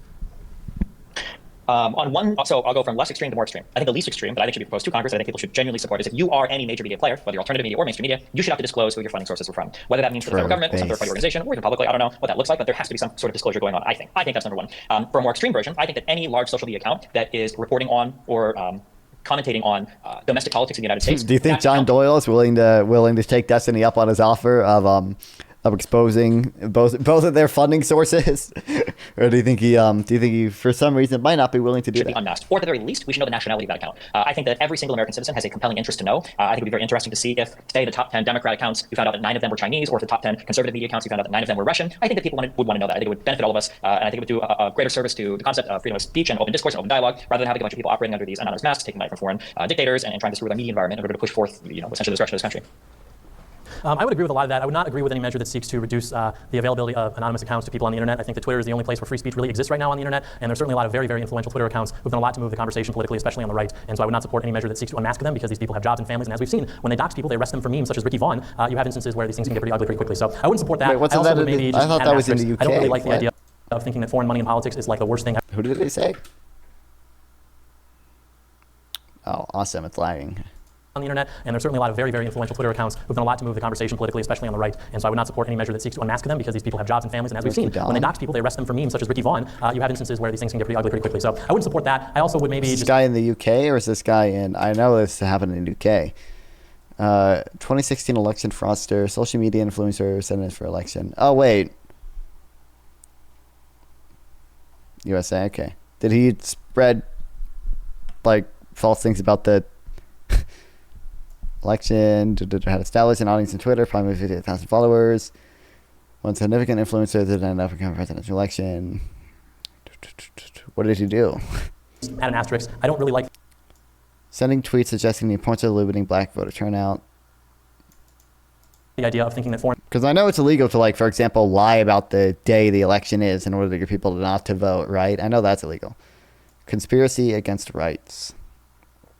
Tweeted image depicting a woman seated in a conference room typing on a cell phone. Deceptive image written in Spanish. Mimicked font the Clinton campaign used for authentic ads. Okay, so he was making fake Clinton ads. foreign money in politics. Other is like, pictures saying you could text like the worst thing your ever. vote Not or because something. Yeah, okay, that makes sense why he was arrested then, because he literally. I mean, there's probably an intentionality aspect to it, but like if you're intentionally lying about when the election is or like how you can vote, then like yeah, that's like voter suppression or whatever. That's understandable. foreign money in politics, but because I don't want people to become under the impression that that is the problem in itself. That there's not a lot of American money that funnels through this country, which is not itself problematic and acting against the interests of American people, because there's plenty of that. So I don't think it's enough to say foreign money is bad. You have to sort of, I think, go a little bit further and say any money that acts against the interests of the American people is bad and should be punished. If you're opposed to the doxing, does that mean you disavow lives of TikTok? Because that's an account that frequently and regularly doxes people that have political views that disagree with? Lives of TikTok? If I disavow them? No, I don't disavow them. Okay, so then you don't care about doxing. That was a total lie. No, they you say that X is an open platform for freedom of speech. What do you feel about the J.D. Vance dossier that has been stripped from? The one that had a social security number? And I don't support disavowing lives of TikTok because they dox evil people who are going after exactly the kind of people who Oh, okay, so now he admits that they are doxing people, but they dox people he doesn't like, so it's okay. There's that good fascist authoritarian speech. That's Yeah, at least he bites that bullet again, dude. It's like they're evil people. There are no bad tactics, only bad Yes, these are people who want to mutilate the genitals of children. These are bad people. They have to go.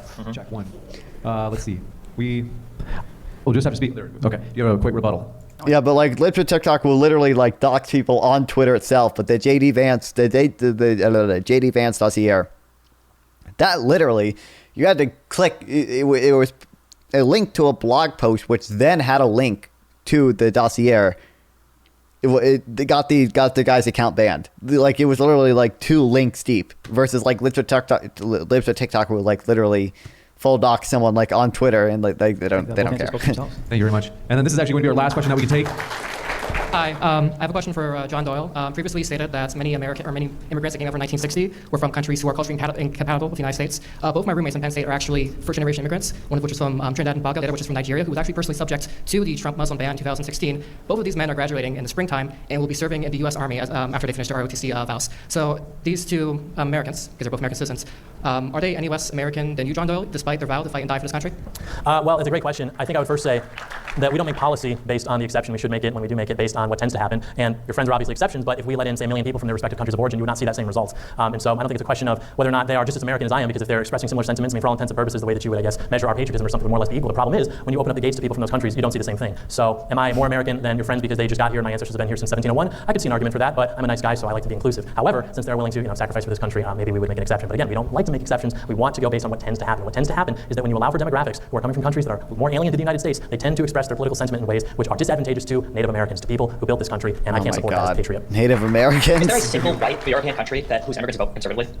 Repeat that? Is there a single white European country whose immigrants come over here and vote for conservatives? Just one? Not by majority, but if you still... So you would be opposed to all immigrants? Sure. Oh my God.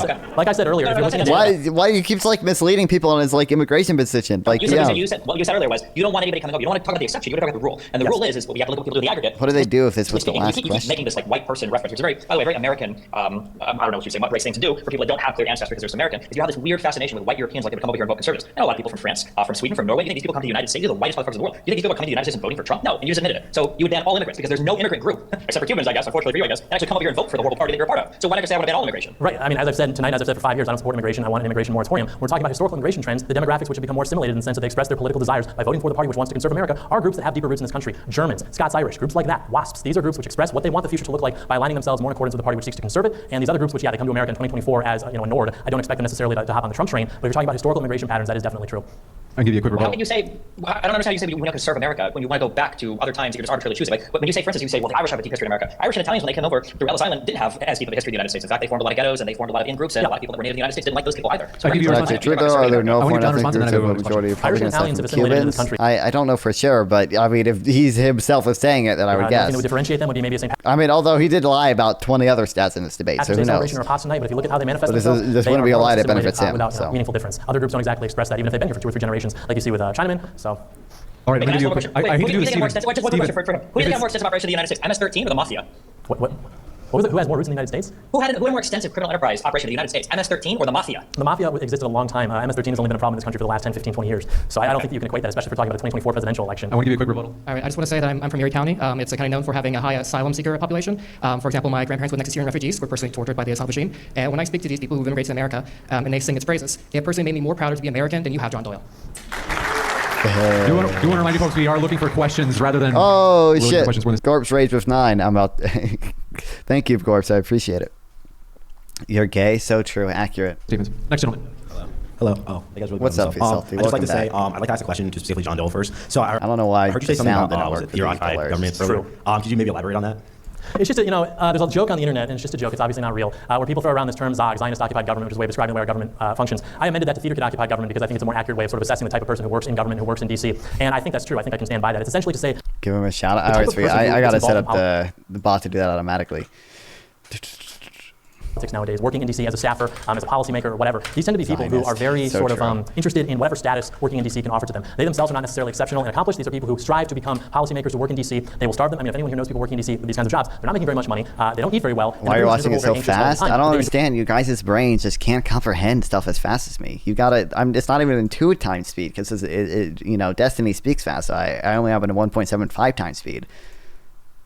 Enjoy working in DC because they like being able to go back and report something home for Thanksgiving. And so I think that is a focus of getting involved in politics. It is not necessarily to make meaningful change, but rather because they simply enjoy the feeling that it brings them. Sort of like someone who is performing like a theater kid, for example. And you look to when they make their little TikToks and they're dancing around, it reminds one of the experience in high school that maybe we have had with theater kids. And so I sort of saw it and could not unsee it. And I still think that that's a pretty accurate way to describe those kinds of people. Yeah, so you're basically describing like a government full of like SGA kids pretty much.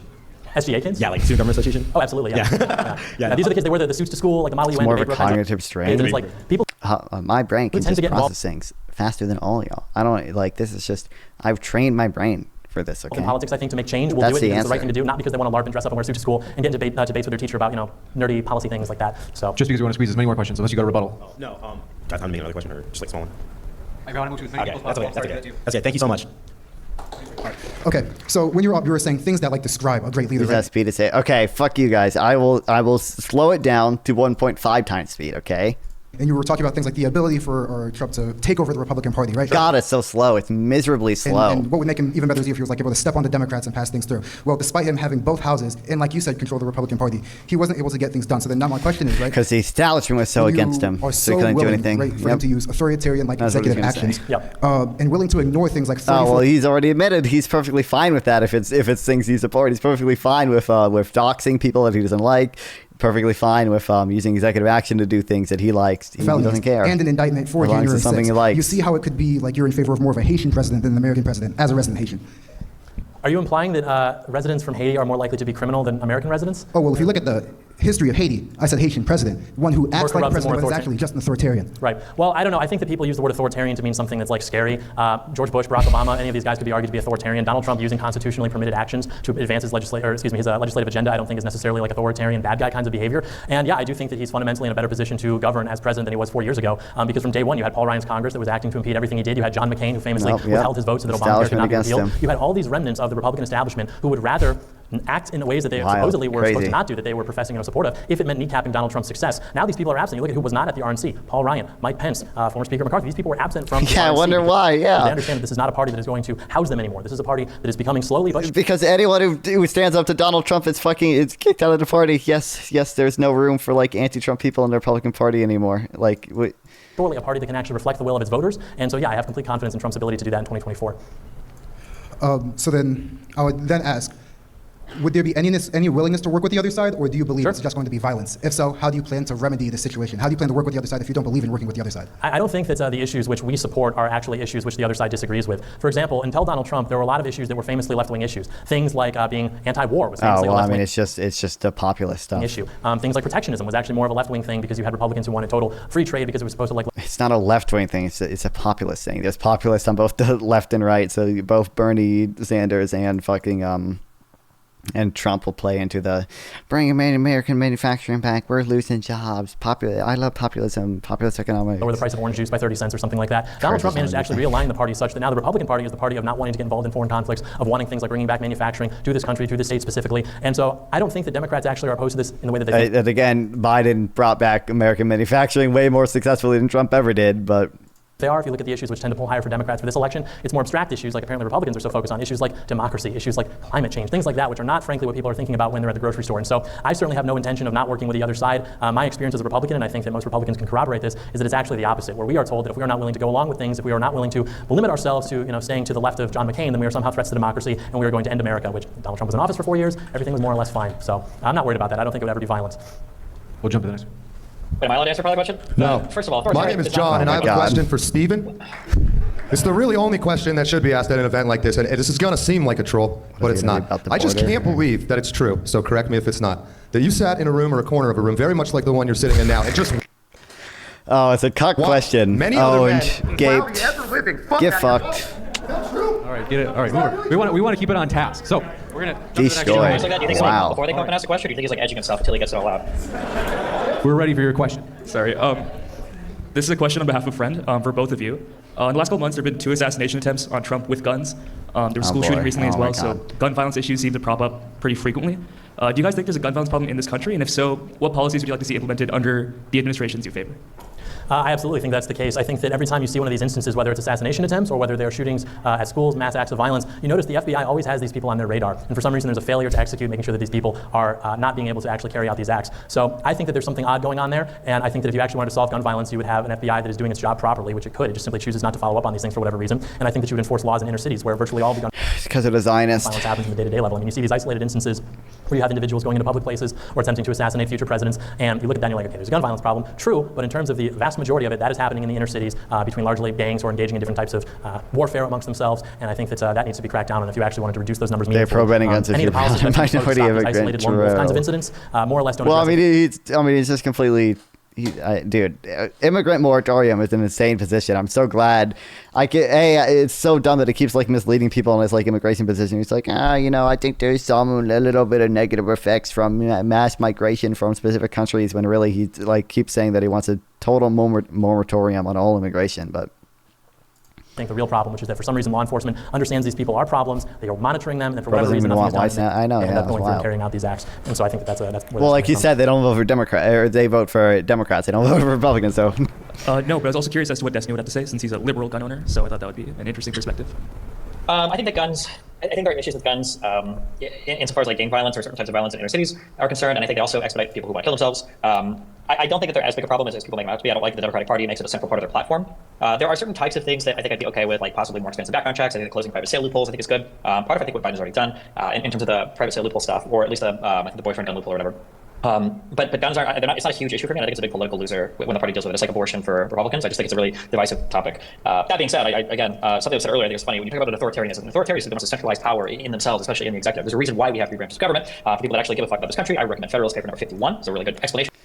Biden did pass the Bipartisan Safer Communities Act, which I always forget what it did. It was a gun control act, but I forget what exactly it did. a breakdown of why we have checks and balances, why we have 3 different branches of government, and why you wouldn't want somebody like Donald Trump running the entire thing. Enhanced background checks for firearm purchases under the age of 21. And I think it's also strange in terms of how Republicans approach gun violence, or at least how John's laid it out, that we're simultaneously saying things like the FBI was incompetent, they were incapable of following up anything, they couldn't seem to do their job right, but we also want to increase the power of the FBI and then give them the ability to follow up. Boyfriend loophole by prohibiting those who convicted misdemeanor crimes of domestic violence from possessing firearms when those crimes occurred in the context of a dating relationship. Everybody and do their job better. It's always like both sides of the mouth. You know, like the GOP is destroying Trump at every step of the way, but Trump is also in control of the GOP and he can do whatever he wants. The swamp is destroying Donald Trump all the time, but next time he's going to hire the right people. The Democrats are, opposed to him. Can't do anything, but on these issues they would actually be fundamentally aligned. Like nothing actually makes sense. There's a reason why at the end of the day there's no policies listed. There's nothing that's actually talked about in concrete terms. It's all just like fantastic delusion. We can take one more pithy question, and then we got to go into the closing statements from our speakers. Yep. This question's solely for Mr. Doyle. Sorry, this is not a very topical question. Good evening, Mr. Doyle. Somewhat recently, RFK Jr., who has been very vocal about the problems with American health, has thrown his weight behind Trump and may end up getting a cabinet position. How else do you believe that Donald Trump can benefit the health of Americans, especially young Americans like myself?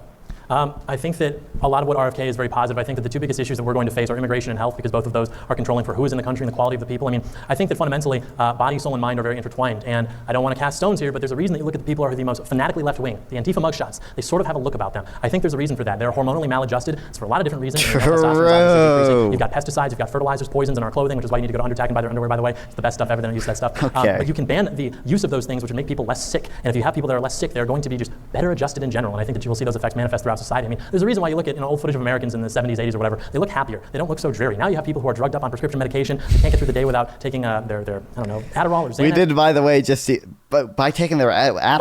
So what these people are into. I thought I was going to mention fucking fentanyl, but okay, Adderall, we have issues with Adderall now? Sick. Everyone seems to understand that it's going in the wrong direction, but no we one did, by the way, just see like one of the first dip in overdose deaths in quite a while. But for RFK, and thank God Trump for bringing him on board, are actually addressing that issue, the health of Americans. You had Michelle Obama who got in and she was like, okay, we're going to ban fat kids, no more Mountain Dew. And it's like, well, that obviously didn't do anything. So there has to be a fundamental conversation about what we are putting into the food, how it's packaged, how it's processed, and only RFK has been willing to meaningfully address that. So God bless him for that.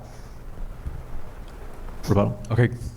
Excellent. Thank you very much. We want to go into the closing statement, so we are not done yet, folks. We're going to kick it over to John for his closing statement. These are only 3 minutes. John, thank you very much. The floor is all yours for your closing. Yeah, I would just say that the president, as the executive, is presiding over the sort of archipelago of bureaucracies. When we talk about the deep state or the swamp, these are very romantic terms. What that means is all growing up on meth might actually lead to repercussions. I don't think have there been any like big negative long-term effects of Adderall observed? I don't think there really have been. The thousands of unelected bureaucrats who do not leave their position depending upon who is in charge of being the enforcer of those laws. Under Trump, he's not as able to command them. Under Biden, under Kamala, they're more easily able to mobilize these people because they are more in alignment with how the establishment functions. And so a Trump FBI is going to function differently in 2016. Increased heart rate, elevated blood pressure, insomnia, and even addiction. And a Biden FBI. This is Adderall abuse, but I don't know. Maybe taking it young can make Adderall abuse more likely. In 2020, simply because the bureaucrats who are occupying those positions, who are appointed by certain presidents, they understand how the game is played. And so when Trump is talking about Schedule F, constitutional, firing those bureaucrats and bringing in loyalists so that he can have a mechanically functional administration like every other president has before him, that is something that is good, and that is something that will have better results for him in his second administration. So yes, it is different. That is precisely why. In terms of policy success, again, I'm less interested in policy than I am in what is actually going on in the country. But it said prolonged abuse, didn't it? Prolonged use or misuse. Okay, there Republican, 101 is we want less government. We don't want to pass policy. We want government to get out of the way. That is something that can happen under a Trump administration. Well, not if they go after people he doesn't like. Then it's fine. So I don't think that passing policy necessarily... He literally said in this debate, I don't think authoritarian is a bad word. Measures a successful presidential administration so much as how happy and how provided for the people are by the incumbent sexual administration. side effects. Again, every election is a referendum on that incumbent administration. Sex drive, sexual function is limited. Not happy with Kamala Harris, and I think that you're seeing Trump's popularity go down. People are expressing more sentiment positively for him. Because of that, they're understanding that TDS is not necessarily a death sentence and that they can eventually support Donald Trump, which is sort of what's happening. And so, yeah, you notice as we continued our discussion this evening, a lot of it was about Republican conspiracy theories, delusions. What's the other guy, Destiny? Et cetera. Yeah. It hasn't been accounted for why under the Biden administration so many of these horrible things have been happening. It's been about what Trump did, what Trump may do, what he may not do, but there's simply no answer for what has gone on under the Biden administration, which if you support Kamala Harris, you are voting for an extension of that. You are looking at what happened under Donald Trump, and you are looking at what happened under Joe Biden and Kamala Harris, and you are saying a continuation of this is a closer approximation of what I want the world to look like than a continuation of what Donald Trump was able to do. And I think that is just simply delusional. Yes, I would like to continue seeing wages increase and inflation decrease. And I don't support that at all, and I don't understand how you can be an American patriot and support that. American patriots are down bad. We are less wealthy. We are in a more dangerous situation. We were talking about mass... They had Americans saw their first increase in real income in 2020. I think it was in 2024. We were talking about billions and billions of dollars to all these other countries. We have problems here. We can solve those problems, but you simply need somebody who's willing to do it. Donald Trump has been the only political figure in any of our lifetime who has been willing to actually challenge those orthodoxies, and he's done so successfully to a certain extent. And I look forward to seeing how he's able to complete the job in a second administration, given that he will have loyalists staffing his administration, which do exist, and which are going to make big, beautiful things happen. So I think we should all support Donald Trump. Thank you very much for that closing. We'll kick it over to Stephen for his closing as well. Stephen, the floor is yours for 3 minutes. You ever feel like your head is spinning after listening to a conservative talk? Sometimes it's good to just take a deep breath, take a step back, and do a reality check. Why would somebody say people are hormonally maladjusted under all sorts of drugs when they're a conservative? Go onto Tinder, walk out on the streets, go to any large blue city, and then go to any rural area. When you go to the rural areas, what do you see? A whole bunch of fat fucks on insulin because they're obese and they have type 2 diabetes. If you want to talk about people that are unhealthy, that are on drugs, that are reliant on big pharma to survive, it's conservatives. The idea that somehow it's some college girl who cut her wrist and now she's on a little bit of Xanax is destroying the country, but not these people that are getting older, that are fatter, that are destroying our entire economy because of how much it costs to keep them alive. For every single year, another toe falls off. Another increase of their prescription happens for whatever more insulin medication they need. It's just the idea that conservative would attack our medications and say that this is somehow the fault of liberals when conservative old people are some of the largest consumers of everything in the country. There's a reason why there's an net transfer from these successful blue states. Because it's against people I don't like. Taking my advice from John Doyle. They're powered by blue industry over to the less successful red states that are powered by God knows what these days. It's just delusion.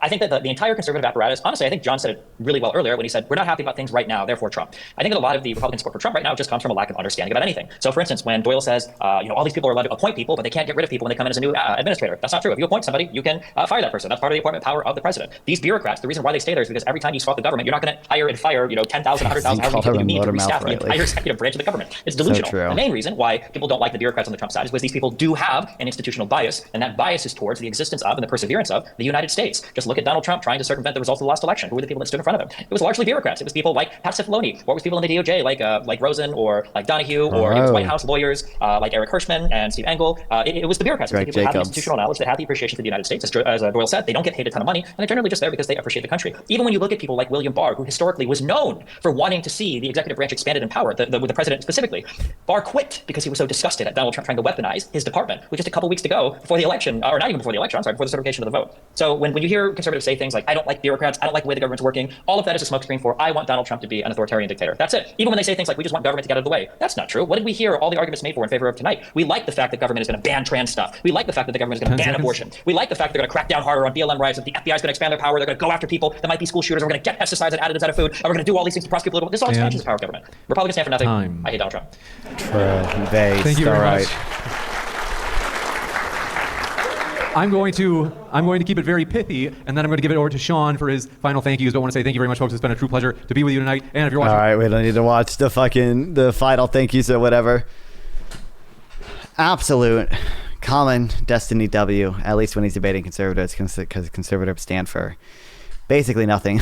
And John Doyle basically admitted that he's fine with being authoritarian as long as it's against people he doesn't like. I like multiple points in the debate. And that he basically misleads people to his position on immigration, which is wild. If you want to chat with me live, sub here or go to Nonfon420 on Twitch or Kick via the links below. Once again, please like and sub to help with the algorithm, and consider sending a donation through YouTube Super Thanks to directly support me, and I'll make sure to reply to any question you ask. See you guys next time.